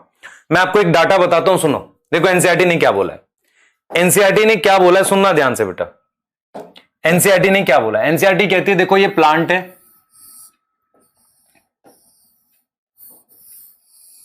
ये प्लांट है और ये रूट है। देखो एनसीईआरटी क्या कहती है, एनसीईआरटी कहती है कि 105 टाइप के, ध्यान से सुनो बेटा, हमारे पास 105 टाइप के एलिमेंट्स होते हैं, एलिमेंट्स हैं, उनमें से 60 टाइप के प्लांट अलग अलग जगह, मान लो इंडिया में कहीं भी ले लो, अलग अलग तरह की मिट्टी से 60 टाइप के प्लांट अपनी रूट में ले सकता है। तो मैं अगर आपको सिंपल सा लॉजिक बोलूं कि इस प्लांट एब्जॉर्ब ऑल मिनरल, तो सुन लो ध्यान से मैं क्या बोल रहा हूं। मैं ये कह रहा हूं कि इन सॉइल मेरे पास 105 टाइप के एलिमेंट्स होते हैं, इतने एलिमेंट्स हैं, उनमें से plant can take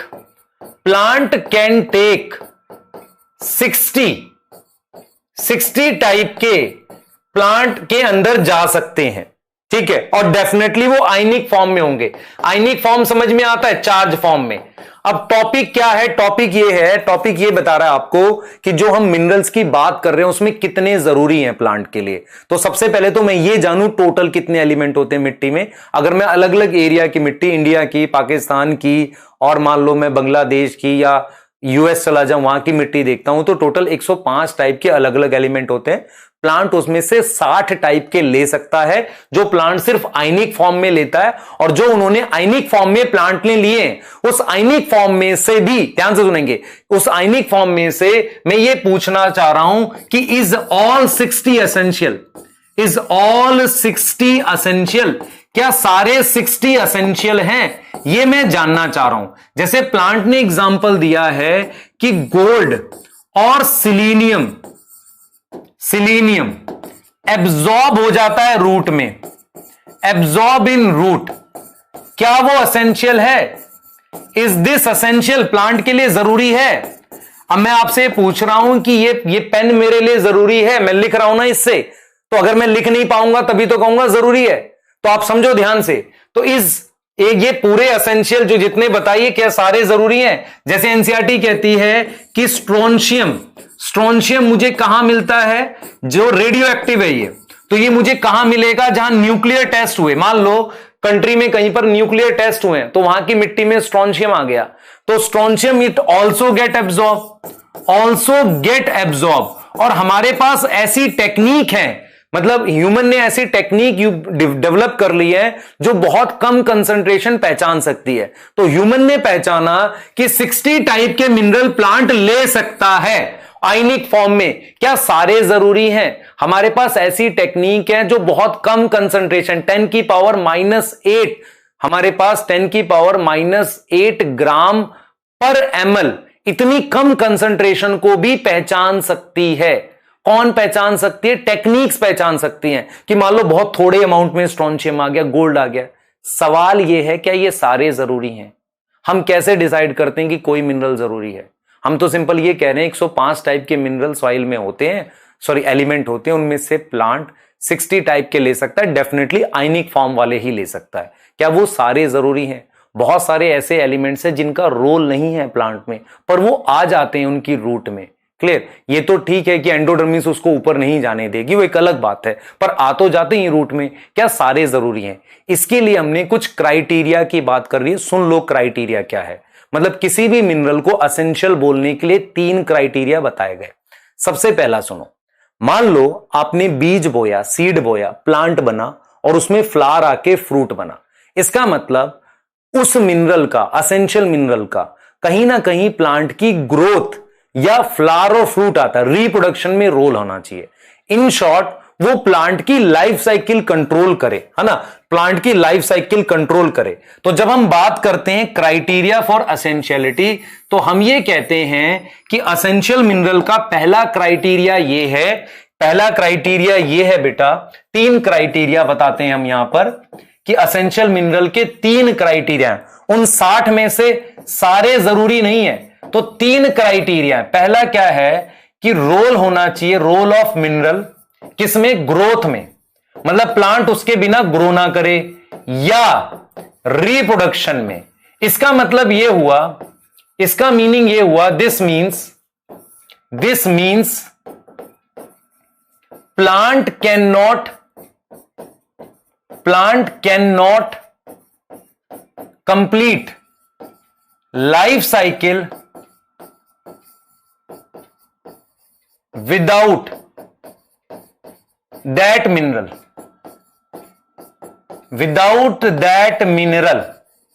clear, without that mineral, उसके बिना प्लांट अपनी लाइफ साइकिल कंप्लीट ना कर सके।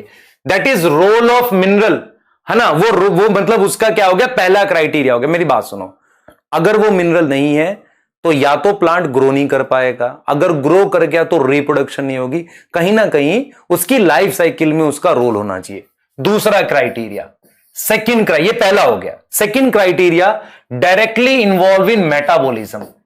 डायरेक्टली किसमें इंवॉल्व होना चाहिए, मेटाबॉलिज्म में डायरेक्टली इंवॉल्व होना चाहिए। प्लांट में वो डायरेक्टली किसमें इंवॉल्व होना चाहिए, मेटाबॉलिज्म में। मेटाबॉलिज्म का क्या मतलब हुआ, जैसे मान लो किसी एंजाइम के लिए काम कर रहा हो वो मिनरल, मतलब किसी ना किसी एंजाइम के लिए काम कर रहा हो, क्योंकि मिनरल डायरेक्टली एंजाइम के लिए काम करेंगे तो मेटाबॉलिज्म में रोल हो जाएगा। तीसरा मैं कह रहा हूं बेटा, मैं तीसरा कह रहा हूं कि ये मार्कर एसेंशियल है। मान लो ये मार्कर जरूरी है, अगर इसकी जगह मैं किसी मान लो उंगली से लिख पा रहा हूं तो फिर ये मार्कर एसेंशियल कैसे हो गया।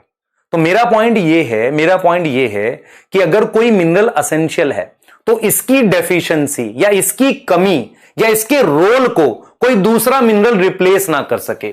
तो थर्ड क्राइटेरिया क्या हो गया, थर्ड क्राइटेरिया क्या हो गया कि रोल और डेफिशिएंसी सिम्टम, रोल और deficiency symptom of one mineral cannot be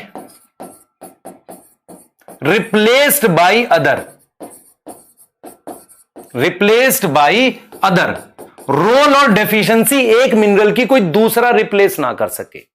तो मैंने आपको यही पॉइंट बताया कि 105 प्लांट क्या करता है, 105 सॉइल में है। देखो मैंने क्या बोला, 105 एलिमेंट सॉइल में है, एलिमेंट इन सॉइल 105 सॉइल में है। उसमें से प्लांट कितने ले रहा है, plant can take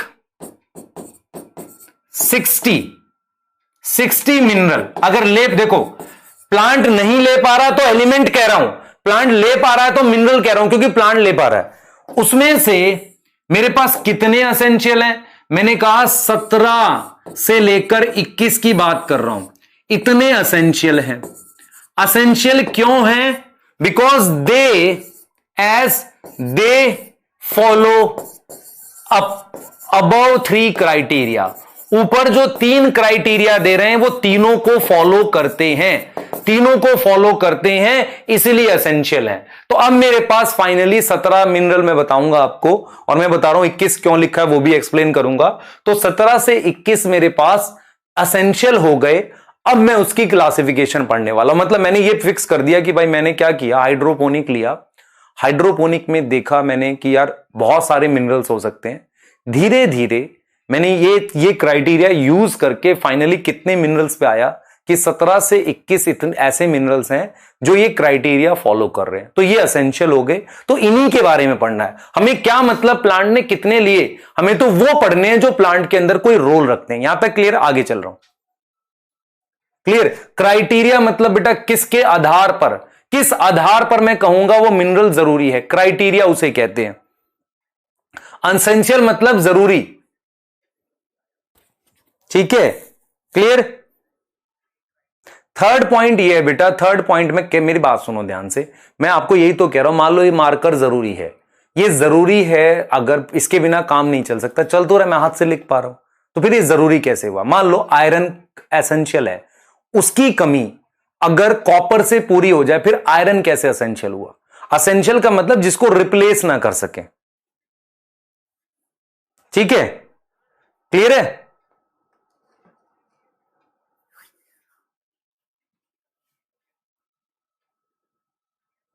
clear? EME क्या होता है बेटा? गोल्ड एसेंशियल नहीं है बच्चे, ना गोल्ड एसेंशियल है, देख लो, ना गोल्ड एसेंशियल है, ना सिलीनियम एसेंशियल है। क्लियर? ये बेनिफिशियल में आ सकता है, ठीक है। स्ट्रॉन्शियम तो नहीं है, सिल्वर भी नहीं होता तुम्हारे लिए एसेंशियल, ठीक है। क्लियर? आगे आ जाओ जरा, यहां तक ठीक है? हाँ, मेटाबॉलिज्म बेटा, हमारी बॉडी के अंदर बहुत सारे केमिकल रिएक्शन चलते रहते हैं, उनको कराने वाला एंजाइम होता है। ये मिनरल कहीं ना कहीं उस एंजाइम में इन्वॉल्व होने चाहिए, that is metabolism. Second point के लिए बता दिया, ठीक है। हाँ, असेंशियल बता तो दिया बेटा आपको। अब सेकेंड 21 लिखूं कि 17 लिखो? अभी 17 लिखो, बाद में 21 बताऊंगा आपको। 17 कहां लिखा है? एनसीईआरटी में लिखा है। 21 कहां लिखा है? उसकी समरी में लिखा है। तो असेंशियल मिनरल वैसे तो 17 होते हैं, चलो 17 कर लो, 17 एसेंशियल कर लो। चलो इसके बारे में पढ़ेंगे, ठीक है। क्लियर है? इनके बारे में पढ़ेंगे, आगे चल रहे हैं। यार तो मोर देन 60 कर लेना, क्या हो गया? आयनिक फॉर्म में है, मोर देन 60 कर ले। प्लांट कैन टेक 60 एटलीस्ट, 60 ले सकता। आ जाओ जल्दी से, आ जाओ भाई, फटाफट से। एनसीईआरटी क्या कहते हैं सुन लो इसके भी। Most of the mineral present in soil can enter, भाई मोस्ट ऑफ द मिनरल जो मिट्टी में वो सॉइल में जा सकते हैं, और किसके थ्रू? रूट के।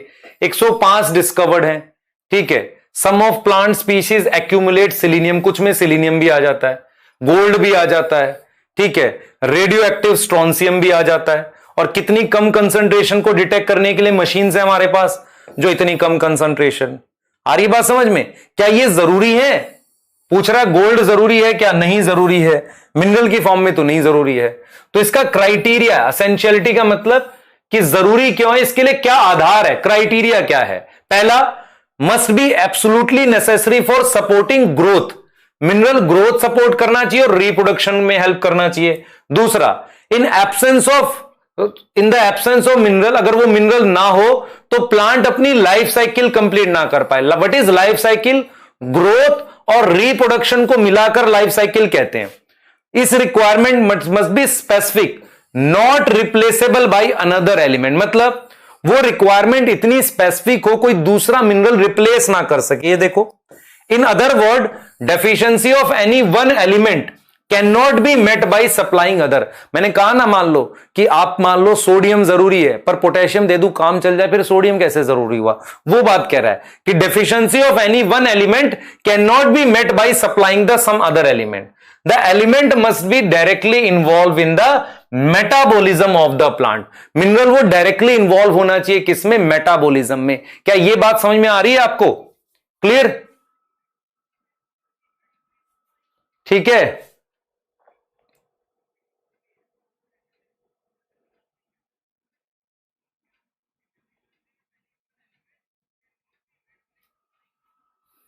क्लियर? आ जाओ, यहां आ जाओ बेटा, आगे आ जाओ, ठीक है बच्चे। मैं पूरी कोशिश कर रहा हूं आपको सारा समझ में आ जाए, ठीक है। कुछ के लिए स्लो हो सकता है, कुछ के लिए फास्ट हो सकता है, सिलेबस मुझे कराने दो। आप दोनों तरीके से पढ़ सकते हो, मैं रिपीट कर देता हूं। जिनको स्लो लग रहा है वो रिकॉर्डेड वाला 2x पे करके देख लो, वहां से भी देख सकते हो, ठीक है। जिनको फास्ट लग रहा है वो रिकॉर्डेड वाले को और छोटे छोटे पार्ट में करके देख सकते हो।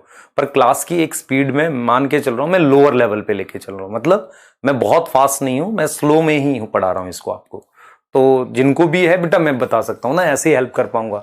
अब एक सिंगल टीचर बहुत सारे बच्चों की एस्पिरेशन पूरी कैसे कर पाएंगे आप सोचो। तो आपके लिए जो बेस्ट है वो करा रहा हूं। एनसीईआरटी पूरी पढ़ा रहा हूं, सीक्वेंस से पढ़ा रहा हूं। एनसीईआरटी अगर लाइन बाई लाइन देखोगे मैं वैसे पढ़ा रहा हूं, इतना जरूर कर सकता हूं। बाकी आपका एफर्ट भी तो थोड़ा सा लगेगा ना, बिना मेरे में अकेले मेरे से होगा तो मैं ही दे दूंगा नीट यार, है ना, ऐसा थोड़ी है। आ जाओ भाई, हमने क्या क्या पढ़ लिया? हमने असेंशियल मिनरल पढ़ लिए, उसको मैं दो पार्ट में डिवाइड कर रहा हूं। एक मेरे पास किस बेस पर है? On the basis of amount है, और दूसरा है on the basis of role. Amount और रोल के बेस पर मैंने क्लासिफिकेशन करी है। मैं ये कह रहा हूं कि मैं जो क्लासिफिकेशन कर रहा हूं on the basis of quantitative requirement. Quantitative कौन सी रिक्वायरमेंट है? क्वांटिटेटिव मतलब कितनी क्वांटिटी में चाहिए। मतलब क्या हुआ कि हाउ मच क्वांटिटी, कितनी क्वांटिटी में, in how much quantity mineral is present, mineral is present in plant, mineral is present in plant. तो प्लांट में मिनरल कितनी क्वांटिटी में है वो पढ़ रहे हैं हम लोग। तो on the basis of amount हम लोग बात कर रहे हैं, on the basis of amount हम लोग बात कर रहे हैं। और कौन सी रिक्वायरमेंट कर रहे हैं, हम बात कर रहे हैं क्वांटिटेटिव। क्लियर हो गया, क्वांटिटेटिव सही है, क्लियर है बेटा? ठीक है, चैट रोक दो, पढ़ो इस पे। तो एक तो ये हो गया, इसमें हम क्या पढ़ेंगे टॉपिक, यहां पढ़ेंगे macro nutrient and micro nutrient. Micro nutrient पढ़ने वाले हैं, मेरी बात समझो ध्यान से। मैं आपको यह समझा रहा हूं कि मेरे पास मान लो ये प्लांट ले लिया आपने, इस प्लांट में कार्बन का कितना अमाउंट है, नाइट्रोजन का कितना अमाउंट है, आयरन का कितना अमाउंट है, इसके हिसाब से हम दो ग्रुप बनाते हैं मिनरल्स के, मैक्रो न्यूट्रिएंट और माइक्रो न्यूट्रिएंट की। मान लो मैक्रो वाले मतलब प्लांट में ज्यादा अमाउंट में होंगे, माइक्रो वाले मतलब कम अमाउंट में होंगे। तो हमारे पास जो मिनरल असेंशियल आए, जो असेंशियल मिनरल आए उसको मैंने क्लासिफाई कर दिया। एक मैंने लिखा on the basis of amount, कि अमाउंट कितना है प्लांट में उस बेस पे। दूसरा मैंने बेसिस पे रोल पे। तो मैं 4 मेजर रोल डिस्कस करूंगा, उसके हिसाब से मैंने मिनरल्स को क्लासिफाई किया है, अमाउंट और रोल के हिसाब से। क्लियर है बेटा? ठीक है। मेटाबॉलिज्म, रंजीत अगर तेरे को मेटाबॉलिज्म नहीं पता बेटा तू कैसे पास हो गया 11th में बता। अगर बुरा लग रहा है तो फिर गलत बात है, पर सुन ले ध्यान से, अगर फिर भी समझ। अब मेटाबॉलिज्म का मतलब होता है कि हमारी बॉडी में बहुत सारे केमिकल रिएक्शन चल रहे हैं, उन केमिकल रिएक्शंस को कराने के लिए एंजाइम होते हैं, उन एंजाइम के लिए मिनरल्स की आवश्यकता होती है। बस इतना याद रख। क्लियर है? ठीक है। मैक्रो और माइक्रो हमने क्या किया, असेंशियल को दो तरीके से क्लासिफाई किया, पहला on the basis of amount और दूसरा on the basis of role. Role के हिसाब से हम मैक्रो और माइक्रो की बात करने वाले हैं। तो सबसे पहले मैं आपको मैक्रो न्यूट्रिएंट बताने वाला हूं। सबसे पहले मैं क्या बताने वाला हूं, मैक्रो न्यूट्रिएंट आपको बताऊंगा। सबसे पहले आपको मैं मैक्रो न्यूट्रिएंट बता रहा हूं। मैक्रो और माइक्रो न्यूट्रिएंट पढ़ रहे हैं। What is macro nutrient? ठीक है, फोकस करो भाई। वर्मी कंपोस्ट क्या, कैसी कैसी सवाल पूछ रहा है भाई मेरे से, है? ठीक है, कृपया चैट ना करें जब मैं पढ़ा रहा हूं, मैं फिर बोल रहा हूं, कृपया चैट ना करें, अच्छा नहीं है आपके लिए। और फिर आप ये चीज समझो, मैंने आपको सारे ऑप्शंस बता दिए है ना, कैसे पढ़ना है आपने। अगर आपको डॉक्टर बनना है तो बात तो सुननी पड़ेगी टीचर की, ठीक है। और मैं बहुत बेसिक से एनसीईआरटी पढ़ा रहा हूं, अगर आप ध्यान से देखो मैं पूरी एनसीईआरटी पढ़ा रहा हूं, मैं अपनी अलग टीचिंग नहीं कर रहा, मैं सिर्फ एनसीईआरटी पढ़ा रहा हूं। तो ध्यान से पढ़ो बस, ठीक है, उन लाइनों को समझो।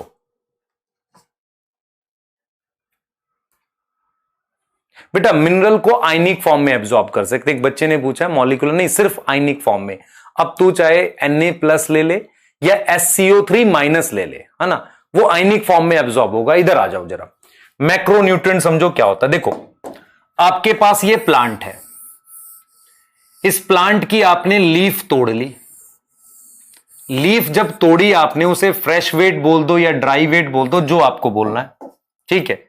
अगर आपने जस्ट लीफ तोड़ी है तो उसे आपने क्या बोल दिया, फ्रेश वेट बोला। आपने प्लांट लिया, उसकी लीफ को तोड़ा, ये लीफ है, तो लीफ का जो मेजर किया उसे फ्रेश वेट कहते हैं। अब उस लीफ को सुखा दो, उसे ड्राई कर दो, उसमें से पानी निकल चुका है, उसमें से क्या हो गया, पानी निकल गया। तो पानी निकलने के बाद उसको हम कहते हैं ड्राई वेट, उसको हम क्या बोलते हैं, ड्राई वेट। WT का मतलब वेट है बेटा, यहां पे ड्राई वेट कहते हैं, ड्राई वेट कहते हैं। तो मेरे पास ये फ्रेश वेट हो गया, मेरे पास यहां पर क्या हो गया, ये फ्रेश वेट हो गया। तो जैसे आप बाहर गए, आपने एक लीफ तोड़ी, उस लीफ में मेरे पास फ्रेश वेट होता है, और जब उसमें से पानी निकल जाता है, सूख जाती है, तो उसे ड्राई वेट कहते हैं। अब व्हाट इज मैक्रो न्यूट्रिएंट आप किस में देखते हैं नॉर्मली, आप मान लो फ्रेश वेट में ही देखते हैं। तो what is macro nutrient? Macro nutrient क्या होता है, ध्यान सुनेंगे, it is present in large amount. मैं कह रहा हूं ये लार्ज अमाउंट में प्रेजेंट है प्लांट में, अमाउंट इन प्लांट, ये प्लांट में लार्ज अमाउंट में प्रेजेंट होते हैं। जब मैं ये बात लिखता हूं लार्ज, तो मुझे बताना पड़ेगा कितना लार्ज, क्या लार्ज वैल्यू है। तो मैं कहूंगा इट इज प्रेजेंट, बेटा ड्राई वेट में देखना पड़ेगा, it is present 10 millimole, 10 millimole पर केजी। इट इज प्रेजेंट, ध्यान से देखो, what is, it is present more than, कितना मोर देन, ये 10 मिलीमोल पर केजी ऑफ ड्राई वेट। मैं फ्रेश वेट बाय मिस्टेक बोल गया, सुन लो ध्यान से। हम यहां पर ये कह रहे हैं लीफ आपने तोड़ी, फ्रेश वेट है, पानी उड़ गया ड्राई वेट। इस ड्राई वेट लीफ को ले लो, कितनी लोगे, 1 केजी। 1 केजी लीफ में अगर कोई न्यूट्रिएंट 10 मिलीमोल से ज्यादा प्रेजेंट है ड्राई वेट में, उसे हम मैक्रो न्यूट्रिएंट कहते हैं। उसे हम क्या बोलते हैं, मैक्रो न्यूट्रिएंट। क्या बोलेंगे, मैक्रो, है ना, मैक्रो न्यूट्रिएंट प्लांट में, dry weight of plant, plant tissue में। तो प्लांट टिश्यू में या प्लांट लीफ ले लो, कोई भी चीज में अगर 10 मिलीमोल पर केजी से ज्यादा होगा तो उसे हम क्या बोलेंगे, मैक्रो न्यूट्रिएंट बोलेंगे। ये पहली बात समझ में आ गई, मैक्रो। तो फ्रेश वेट ड्राई वेट में फता होना चाहिए, लीफ तोड़ी फ्रेश वेट, पानी उड़ गया सूख गई ड्राई वेट। उस सूखी हुई लीफ में अगर कोई भी चीज, कोई भी एलिमेंट 10 मिलीमोल पर केजी से ज्यादा होगा उसे मैक्रो कहेंगे। अब एग्जाम्पल देखो मैक्रो का, आपने कैसे याद करना है, कोई अपना दिमाग नहीं लगाएगा, ऐसे ही याद करेगा। आप ऐसे याद करोगे, चोन पीएसके कैल्शियम एमजी। पीएसके का मतलब आपको चोन पता होना चाहिए, carbon, hydrogen, oxygen, nitrogen, phosphorus, sulphur, potassium, calcium, magnesium. ये कितने लिखे हैं मैंने, आप देख लो कितने लिखे हैं मैंने लिखे 9 मैक्रो न्यूट्रिएंट, 9 मैक्रो न्यूट्रिएंट लिखे हैं। यहां तक समझ में आ गया मैक्रो, क्लियर, ठीक है। ये मेरे पास मैक्रो न्यूट्रिएंट हो गया, ये मेरे पास क्या हो गया, मैक्रो न्यूट्रिएंट हो गया। तो यहां तक हो गया, अब आगे देखो जरा। अब यहां से हमने मैक्रो न्यूट्रिएंट की बात कर ली, याद करो सारे अपनी कॉपी में, चोन, पीएसके, कैल्शियम, एमजी, ये 9 मैक्रो न्यूट्रिएंट हो गए। इसको आप किस में लिख रहे हो, इसको आप किस में लिख रहे हो बेटा, किस में लिख रहे हो, ये मैक्रो न्यूट्रिएंट हैं, ये मैक्रो कितने हैं, 9। अब देखो जरा इसके और कौन कौन से क्वेश्चन आ सकते हैं, सुनना ध्यान से। और क्वेश्चन कौन सा आ सकता है, सबसे पहले आएगा कि मोस्ट अबंडेंट। मोस्ट अबंडेंट का मतलब होता है सबसे ज्यादा, most abundant nutrient, most abundant nutrient in fresh weight in dry weight. पहले जरा कुछ बातें समझो, इसको लिखने से पहले एक बात और समझो। देखो बेटा, carbon, hydrogen, oxygen, they are nutrient not mineral. ये मिनरल नहीं है, they are nutrient not mineral. समझ लो इस चीज को, carbon, hydrogen, oxygen, carbon, hydrogen, oxygen ये न्यूट्रिएंट है, मिनरल नहीं है। इस बात का क्या मतलब है, ये सॉइल से नहीं जाते। कार्बन कैसे जाता है बेटा, कार्बन और ऑक्सीजन जाता है CO2 की फॉर्म में, फ्रॉम लीफ, स्ट्रोमेटा से जाता है। और मेरे पास हाइड्रोजन कहां से आता है, फ्रॉम वाटर आता है। तो इन्हें मैं मिनरल नहीं कहूंगा, इन्हें मैं सिर्फ क्या बोलूंगा, न्यूट्रिएंट बोलूंगा। लेकिन मान लो नाइट्रोजन है, फास्फोरस है, सल्फर है, potassium, they are nutrient as well as mineral. ये लाइनें ध्यान से समझ लो जिसको डाउट है, मैं यहां पर क्या समझा रहा हूं, बहुत ध्यान से समझो बेटा, बहुत ध्यान से समझो। कार्बन, हाइड्रोजन, ऑक्सीजन ये न्यूट्रिएंट है, मिनरल नहीं है। ये न्यूट्रिएंट है, मिनरल नहीं है। इस बात का क्या मतलब हुआ, ये न्यूट्रिएंट है। न्यूट्रिएंट मतलब ये मतलब प्लांट को तो चाहिए, लेकिन ये सॉइल से नहीं आते। कैसे आते हैं, कार्बन, ऑक्सीजन आता है CO2 से, हाइड्रोजन आता है पानी से, नाइट्रोजन, फास्फोरस, सल्फर, पोटेशियम ये सब जो मैंने लिखे पीछे, they are nutrient as well as mineral. ये न्यूट्रिएंट भी है, मिनरल भी है। तो मैं बोल सकता हूं ऑल मिनरल्स आर न्यूट्रिएंट।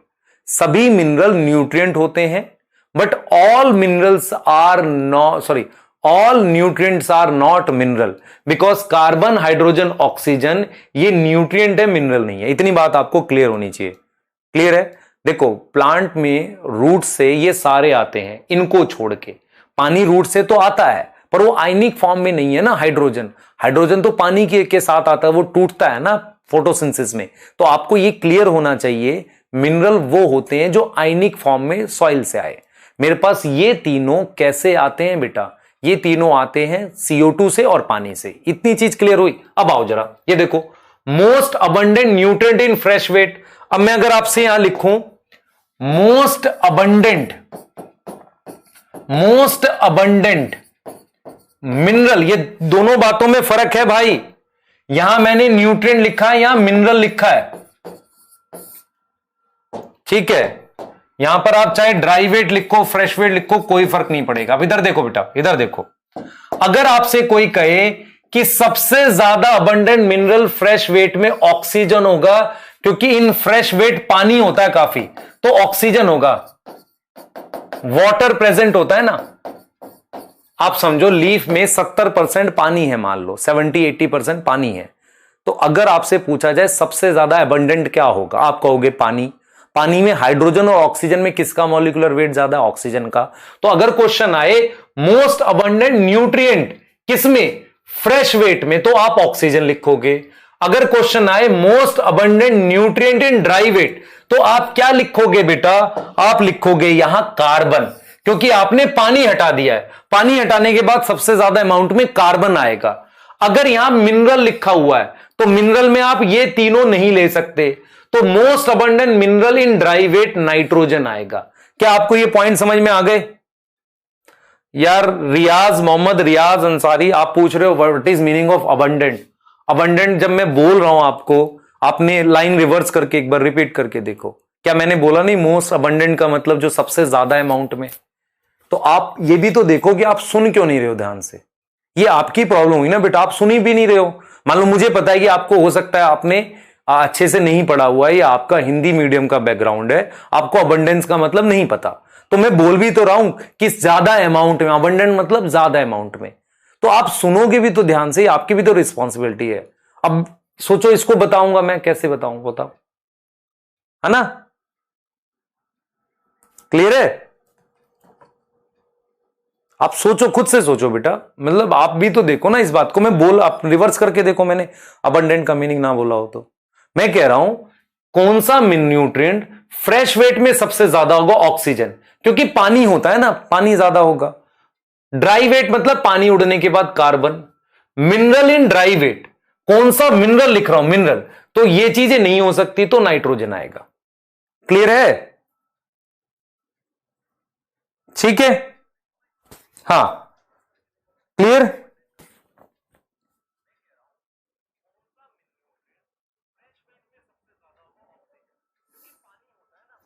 मुझे एक चीज बताओ, फिर फिजिक्स केमिस्ट्री कैसे करते हो? क्लास आ जाता पूरा समझ में? उसमें तो न्यूमेरिकल भी है, वो कैसे आता होगा तुम्हें? मैंने यहां पे क्या लिखा पूरा पढ़ो ध्यान से। मैंने कहा कार्बन, हाइड्रोजन, ऑक्सीजन न्यूट्रिएंट है, मिनरल नहीं है। मिनरल क्यों नहीं है? सॉइल से नहीं आते। सही है? नाइट्रोजन, फास्फोरस, सल्फर, पोटेशियम ये न्यूट्रिएंट है एज वेल एज मिनरल है। क्लियर है बेटा?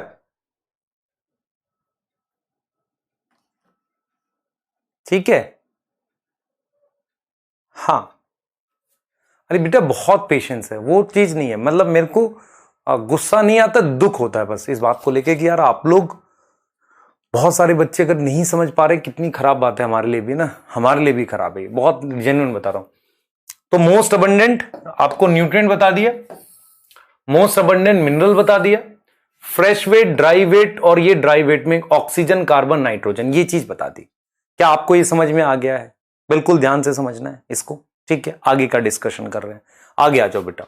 कार्बन, हाइड्रोजन, ऑक्सीजन ये चीज बता दी अब आपको। मैं एक चीज बताता हूं, एनपीके आप कभी देखो, जो किसान वो डालता है ना फर्टिलाइजर, जो उर्वरक डालता है ना, उर्वरक फर्टिलाइजर डालता है, उसमें एनपीके होता है। तो ये किसका पार्ट है? Part of fertiliser. किसका पार्ट है? फर्टिलाइजर का पार्ट होता है, ठीक है?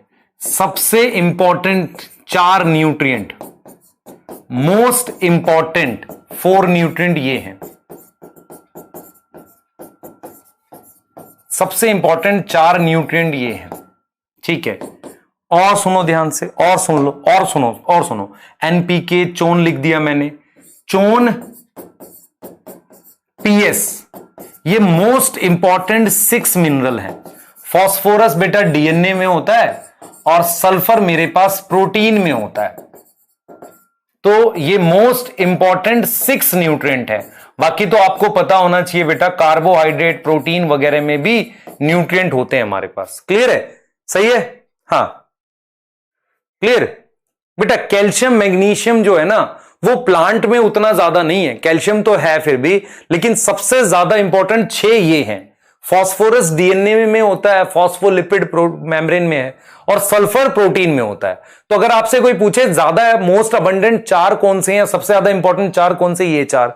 सबसे ज्यादा इंपॉर्टेंट 6 कौन से हैं, वो ये हैं।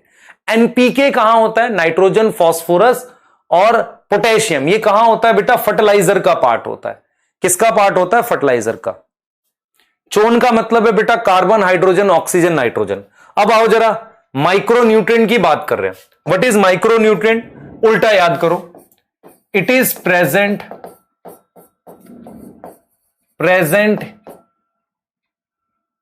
It is present in less amount.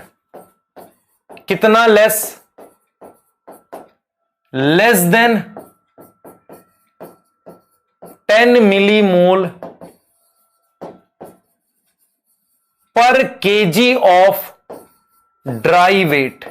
अगर आपने ड्राई वेट लिया, लीफ को सुखाने के बाद 1 केजी लीफ ली, इसमें ये 10 मिलीमोल पर केजी से कम होते हैं। इनके नाम कौन से हैं? एग्जाम्पल, इनके एग्जाम्पल हैं फीकू, नीमो, बीकल, MN, ZN। फीकू, FECUNIMO, BCL, MN, ZN। ये हो गया हमारे पास फीकू, नीमो, बीकल, फीकू, नीमो, बीकल, फीकू, नीमो, बीकल, MN, ZN। ठीक है, MN, ZN। क्लियर है? ठीक है, फीकू, नीमो, बीकल, MN, ZN। ये चीज समझो ध्यान से। तो Fe कॉपर, निकल, molybdenum, boron, Cl, Mn, Zn, ये 8 मेरे पास क्या है? माइक्रो। तो ये 8 क्या है बेटा? माइक्रो है। अब आपको अगर इसका सिंबल भी नहीं पता तो कितनी खराब बात होगी बताओ। 8 माइक्रो न्यूट्रिएंट हो गए। तो हमने सबसे पहले कितना लिख दिया बेटा? मैंने क्या लिखा? 8। अच्छा, इसमें देखो मोस्ट अबंडेंट, सबसे ज्यादा मोस्ट अबंडेंट मेरे पास क्या है? आयरन है, Fe है। मोस्ट अबंडेंट क्या है? Fe। सही है, मोस्ट अबंडेंट Fe है। सबसे ज्यादा अमाउंट में Fe चाहिए। तो मेरे पास क्या हो गए बेटा? 9 मैक्रो हो गए और 8 माइक्रो हो गए। तो टोटल कितने हो गए? 17 न्यूट्रिएंट हो गए जो एसेंशियल है, एसेंशियल है। अब देखो मैं जो चीज बोलने वाला हूं, इधर देखो बेटा, ध्यान से सुनो। क्लियर है?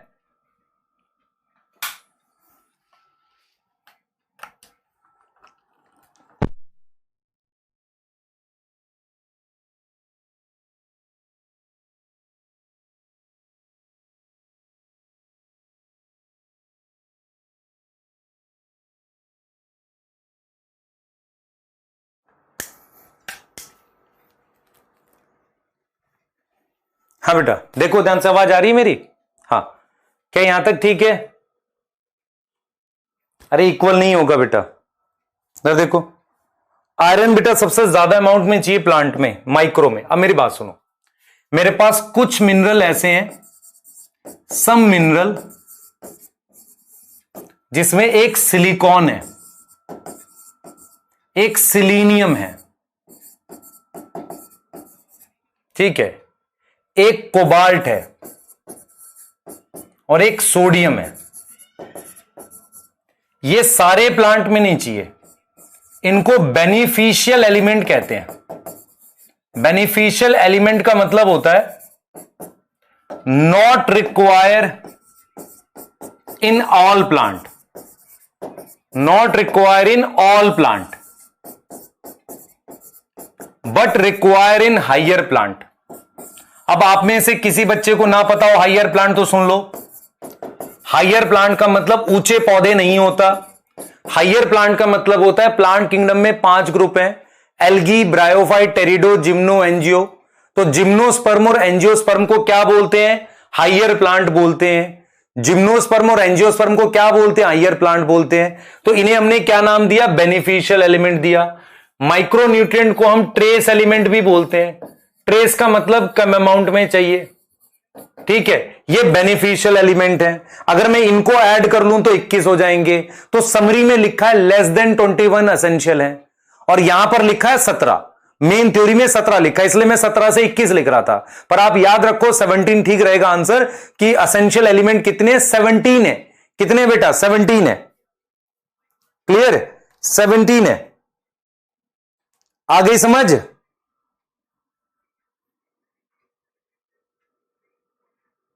केशव तुम्हें जिम्नो नहीं पता? जिम्नो एंजियो हाइयर प्लांट है बेटा, है ना। हाइयर प्लांट का मतलब होता है ऊंचे पौधे नहीं, जो ज्यादा डेवलप प्लांट होते हैं, ठीक है। क्लियर है? क्लियर? क्रिटिकल एलिमेंट बेटा अभी पढ़ेंगे, वो बाद की बात है। क्रिटिकल एलिमेंट का क्या मतलब है अभी पढ़ेंगे उसको भी। पहले ये जो बता रहा हूं वो उस पर फोकस करो। अब हमारे पास ये हो गया, तुम्हारे पास रोल, ये देखो, ठीक है। यहां पर आगे जाओ। Based upon the above criteria, only few elements are found to be essential. अच्छा, ऑन द बेसिस ऑफ, देखो ये क्वांटिटेटिव वर्ड लिखा हुआ है। क्वांटिटेटिव मतलब कितने अमाउंट में चाहिए। अब ये एक मैक्रो क्या होता है? लार्ज अमाउंट में चाहिए। कितना लार्ज?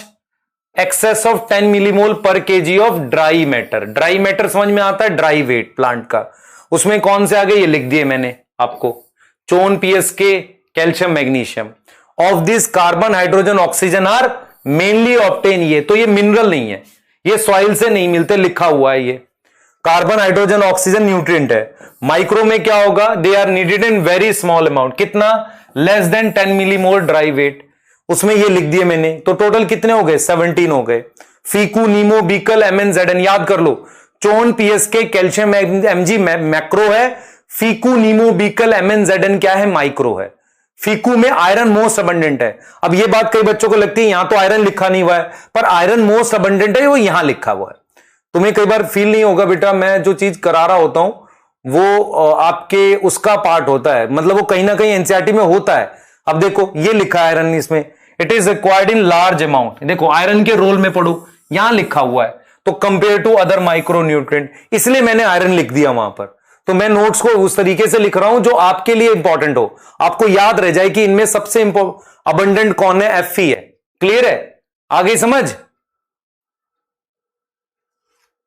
ठीक है, क्लियर? हां,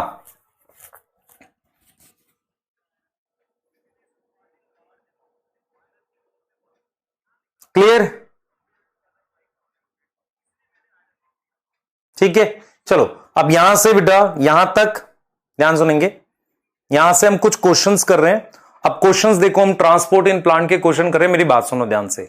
आपका जब टेस्ट होगा इस संडे को, इस चैप्टर का और इससे पिछले वाले का, उसका एक लाइव डाउट सेशन होगा। Doubt session in the sense मैं क्वेश्चंस कराऊंगा सिर्फ उसमें। मैं लगभग 1.5 घंटे के आसपास में 200 क्वेश्चन, नहीं तो 200 तो ज्यादा हो जाएंगे, 100 प्लस क्वेश्चन लाइव कराऊंगा आपको। 100 के आसपास मान लो, है ना, उतने लाइव क्वेश्चन कराऊंगा 1.5 घंटे के टाइम के आसपास में।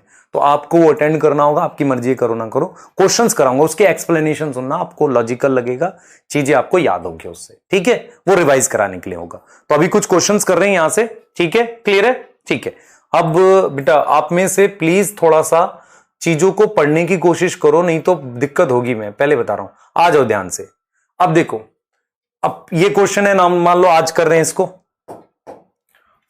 पढ़ो जरा। क्वेश्चन नंबर 1 पढ़ो यहां से, इफेक्ट ऑफ रूट प्रेशर, ठीक है।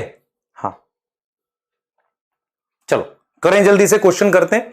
इफेक्ट ऑफ रूट प्रेशर, ये ट्रांसपोर्ट इन प्लांट का क्वेश्चन है।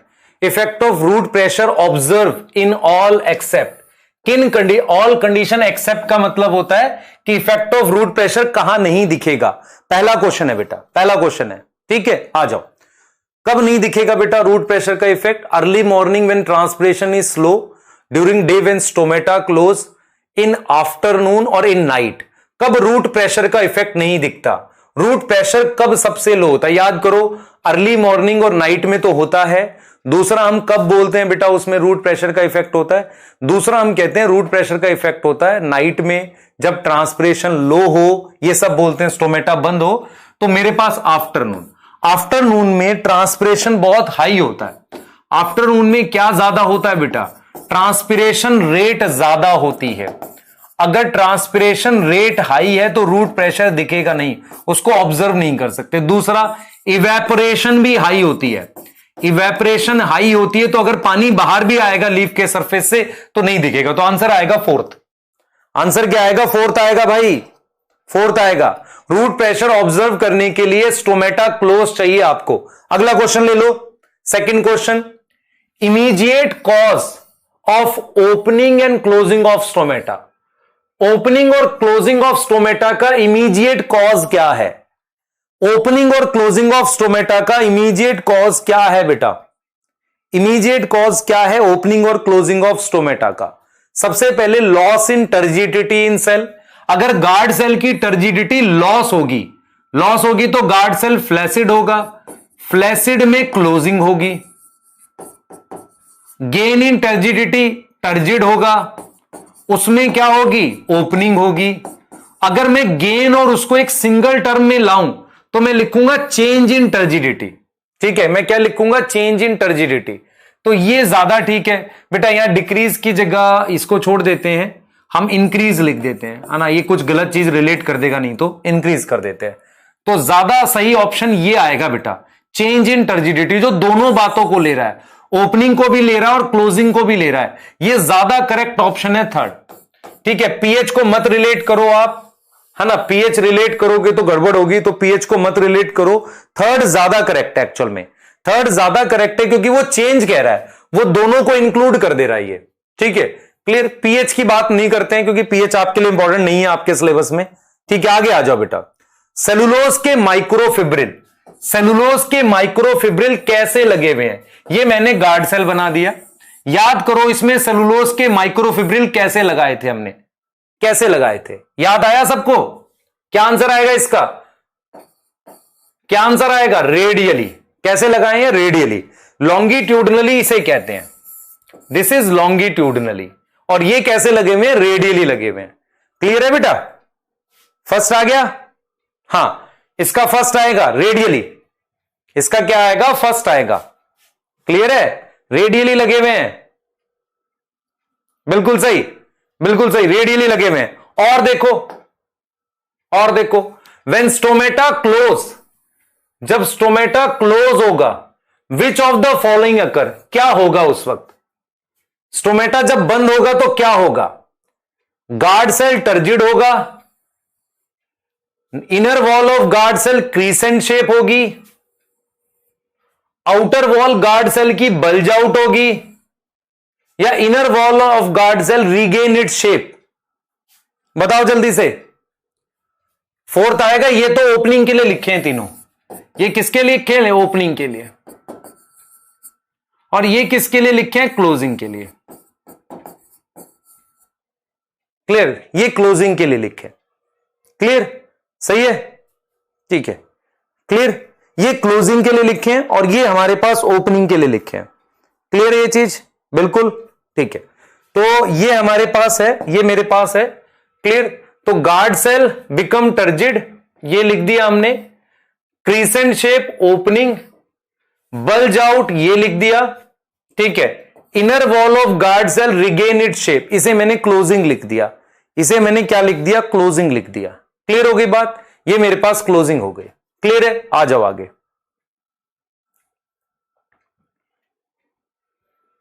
ठीक है, क्लियर? आगे देख लेते हैं। ठीक है, आगे देख लेते हैं। अब आ जाते हैं fourth, capillarity in xylem in plants in high because of. ध्यान से सुनेंगे, आगे देख रहे हैं बेटा।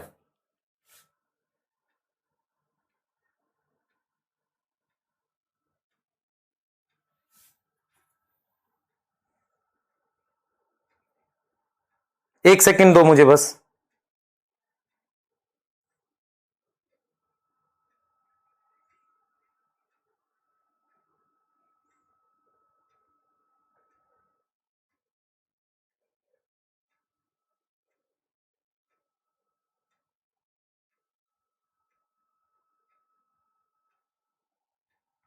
नेक्स्ट देखो बेटा, नेक्स्ट देखो, इस पे देखो, capillary in xylem in plant is high because of एक स्मॉल डायमीटर, जितना पतला डायमीटर होगा पाइप की उतनी कैपिलरी एक्शन ज्यादा होता है, जितना पतला पाइप होगा उतना पानी ऊपर चढ़ेगा बेटा, किसमें ज्यादा हाइट पर चढ़ेगा, इसमें।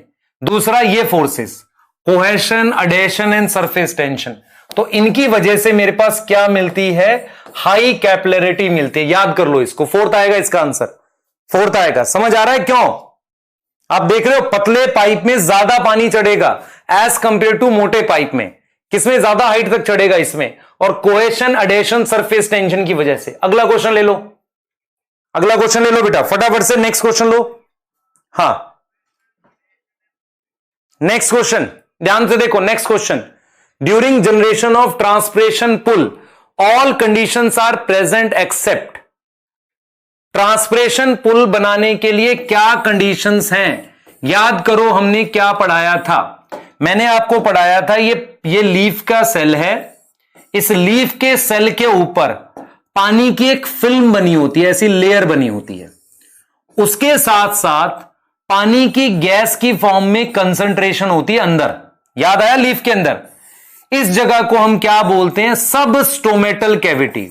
स्टोमेटा के अंदर सब स्टोमेटल कैविटी बोलते हैं। अब करो जरा, कॉन्टिन्यूअस फिल्म ऑफ वाटर, मतलब यह पूछ रहा है कि ट्रांसपिरेशन में क्या नहीं, एब्सेंट पूछ रहा है, ट्रांसपिरेशन में क्या एब्सेंट होना चाहिए। तो कॉन्टिन्यूअस फिल्म ऑफ वाटर है मीसोफिल सेल में, हां है। High concentration of water cavity, यहां वाटर वेपर कहां पर हाई होना चाहिए, ए लोकेशन या बी पर, ए पर होना चाहिए, ठीक है, यह भी सही है। Low water potential in leaf stomata then xylem, मतलब मेरे पास, ध्यान सुनेंगे बेटा, देखो इधर देखो, मेरे पास ये लीफ में जाइलम है यहां पर और एक यहां जाइलम है, पानी यहां से यहां मूव कर रहा है, तो यहां वाटर पोटेंशियल लो होना चाहिए, यहां वाटर पोटेंशियल हाई होना चाहिए, तभी पानी इधर जाएगा, यहां से इधर जाएगा, तो यह भी सही है। तो गलत क्या, आंसर क्या आ रहा है, अगर मेरे पास यहां कंसंट्रेशन कम होगी तो स्टोमेटा बंद हो जाता है, अगर यहां पानी की कंसंट्रेशन कम होती है तो यह बंद हो जाता है। तो low concentration of water vapour इन सब स्टोमेटल कैविटी, फोर्थ आएगा। अरे समझ आ रहा है एक्सप्लेन कैसे कर रहा हूं, फोर्थ आएगा, फोर्थ। रीजन देख लो, आपको पूरा एक्सप्लेन कर रहा हूं मैं, जो पढ़ाया उसी से रिलेटेड है ये, ठीक है। Which is not perform by transpiration, which is not perform by transpiration, clear है।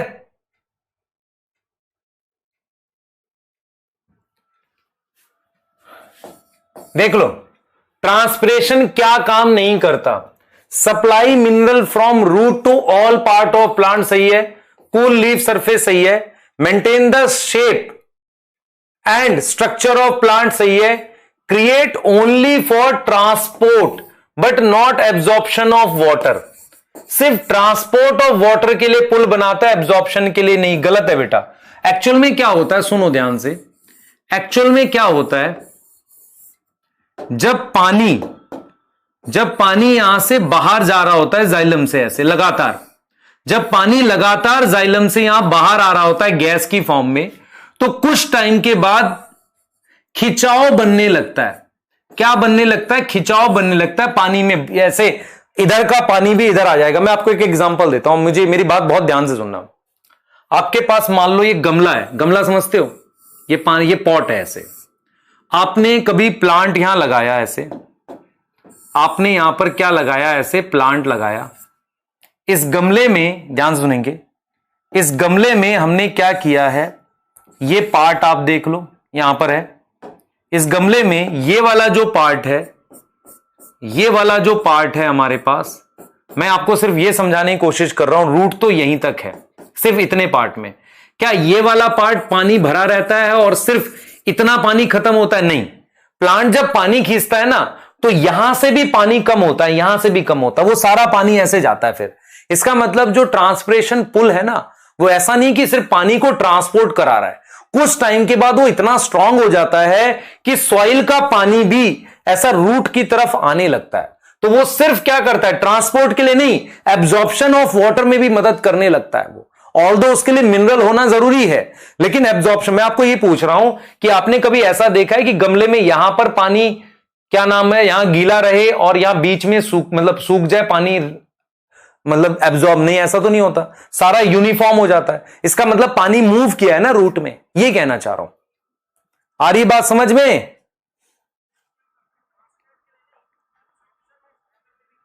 क्लियर है? यहां तक समझ में आ गई? ठीक है, क्लियर, सही है। हां, minerals can not be absorb by simple diffusion. Minerals can not be absorb by simple diffusion because mineral simple diffusion से एब्जॉर्ब नहीं होते। मिनरल सिंपल डिफ्यूजन से एब्जॉर्ब नहीं होते because soil is a dilute solution, सही है। Only charge mineral can get absorb, all mineral absorb actively, channel, भाई ये दोनों ठीक हैं, because soil is a dilute solution, only charge, all mineral absorb actively, channel present in epidermal cell. अब मान लो इन चारों में से मुझे सिलेक्ट करना है, तो ज्यादा सही क्या है, only charge mineral can absorb, क्योंकि मिनरल सिर्फ किस फॉर्म में होते हैं, आयनिक फॉर्म में एब्जॉर्ब होते हैं। सॉइल डाइल्यूट सॉल्यूशन है, इस बात से क्या करूंगा मैं, इससे मिनरल का एक्टिव एब्जॉर्प्शन होगा। मिनरल का कैसा एब्जॉर्प्शन होगा, एक्टिव। ध्यान से समझो बेटा, अगर ये वाला पॉइंट सही है, गलत नहीं है, पर इससे क्या होगा, मिनरल का एक्टिव एब्जॉर्प्शन होगा। मिनरल का कौन सा एब्जॉर्प्शन होगा, एक्टिव एब्जॉर्प्शन होगा बेटा। मिनरल का कौन सा एब्जॉर्प्शन होगा, active. All minerals absorb actively नहीं, चैनल होते हैं, सही बात है, लेकिन रीजन ये वाला है, सेकंड रीजन, सेकंड है बेटा। ये वो क्वेश्चंस हैं जो आपके वो असाइनमेंट जो मैं दूंगा आपको मंथन वाला, उसके हैं ये, मंथन कह रहा हूं मैं, सक्षम वाले असाइनमेंट के क्वेश्चन है ये, जो मतलब मैं कराऊंगा आपको, है ना, उसके क्वेश्चन है ये, सक्षम वाले के थोड़ा लॉजिकल क्वेश्चन होंगे उसके, है ना। देखो मेरी बात समझो ध्यान से, चार्ज मिनरल होगा तभी तो मेरे को सिंपल डिफ्यूजन से नहीं होगा। डाइल्यूट सॉल्यूशन का मतलब एक्टिव एब्जॉर्प्शन।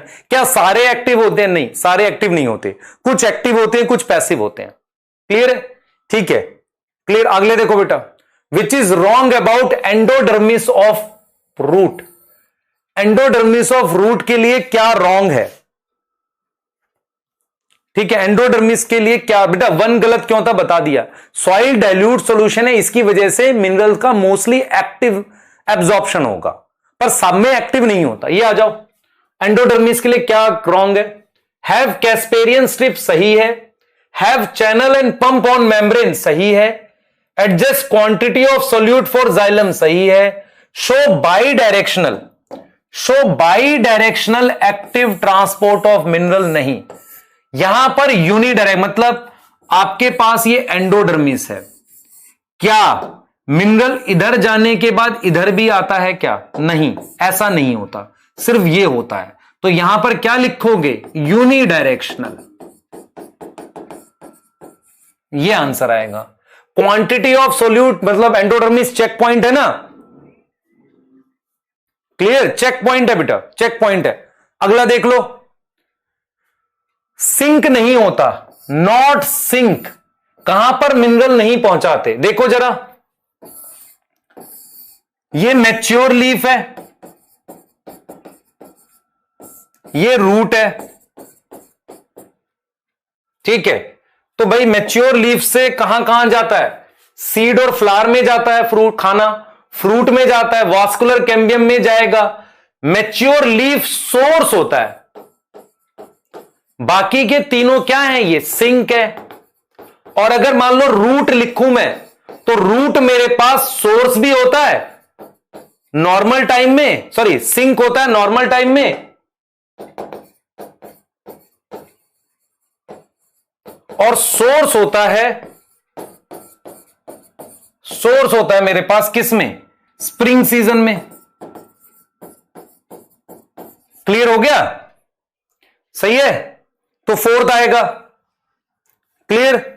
ये देख लो, अनलोडिंग कैसे करोगे, unloading of mineral once it reach to fine vein ending. NCERT check करो, एक्टिव और पैसिव दोनों है। थर्ड आएगा, अनलोडिंग बताया था आपको, अनलोडिंग बताया था नहीं बताया था, अनलोडिंग बताया था। टाइम मत लिख भाई, जो लिख रहा है मैं पहले बता रहा हूं, मुझे इन चीजों की बहुत इरिटेशन है, मैं पहले बता रहा हूं। मैं ऐसा नहीं कि अपना टाइम लगा रहा हूं आपके, या आपका टाइम ले रहा हूं, आपका टाइम के लिए मैं पढ़ा रहा हूं, है ना। मैं ऐसा नहीं कि टाइम पास कर रहा हूं आपके साथ, क्वेश्चन करा रहा हूं, है ना। हां, तो ये आपकी मतलब प्रॉब्लम है कि आपको समझना पड़ेगा कि हमने एक्स्ट्रा। हां, जरा ये बताओ मेरे पास, in young leaf mineral transported is from old leaf. Old leaf से यंग लीफ में कब आएगा मिनरल, ओल्ड लीफ से यंग में कब आएगा, जब वो गिर रही होगी लीफ। लीफ कहां गिरती है भाई, लीफ कौन से फॉरेस्ट में गिरती है, दो तरह के फॉरेस्ट हैं। कॉनीफेरस में नहीं गिरती बेटा, कॉनीफेरस में फॉर ईयर्स तक रहती है लीफ, फॉर ईयर्स तक लीफ रहती है कॉनीफेरस में। कहां चेक करोगे, प्लांट किंगडम चेक करना, प्लांट किंगडम में पाइनस में लिखा हुआ है ये बात, मतलब जो प्लांट किंगडम में जिम्नोस्पर्म में लिखा हुआ है फॉर ईयर्स तक रहती है। अब यहां पर दो तरह के फॉरेस्ट हो गए, एक जिसमें लीफ फॉल होता है और इसमें लीफ नहीं गिरती, लीफ नॉट फॉल। अब सोच के बताओ किसके अंदर ओल्ड से यंग में जाएगा, जिसकी लीफ गिरने वाली होगी। तो इसलिए थर्ड आएगा। डेसिडुअस फॉरेस्ट का मतलब होता है जिसकी लीफ गिरने वाली हो। ये बेटा उसके क्वेश्चन है आपके पास सक्षम असाइनमेंट वाले, जो मतलब आपको देंगे, लेकिन आपको ये समझना पड़ेगा कि आप सोच कैसे रहे हो। ये सोचने वाले क्वेश्चंस भी होते हैं, ये सोचने होते हैं हमने क्वेश्चंस। क्लियर है, कैसे सोच रहे हो, देख रहे हो कि कॉनीफेरस मान लो मतलब उसकी लीफ नहीं गिरी, एवरग्रीन फॉरेस्ट की नहीं गिरती, ओल्ड से यंग में कब जाएगा, जब लीफ गिरने वाली हो। लीफ किसकी गिरेगी, थर्ड आ जाएगा, सही है, थर्ड आ गया। ये देख लो जरा, which of the following is organic form of nitrogen. Organic form nitrogen की क्या है बेटा, नॉट बोला है, नॉट। तो अमीनो एसिड ऑर्गेनिक है, यूरियाइड ऑर्गेनिक है, एमाइड ऑर्गेनिक है। नाइट्रेट कौन सी फॉर्म है, इनऑर्गेनिक, है ना, बाकी सारी ऑर्गेनिक है।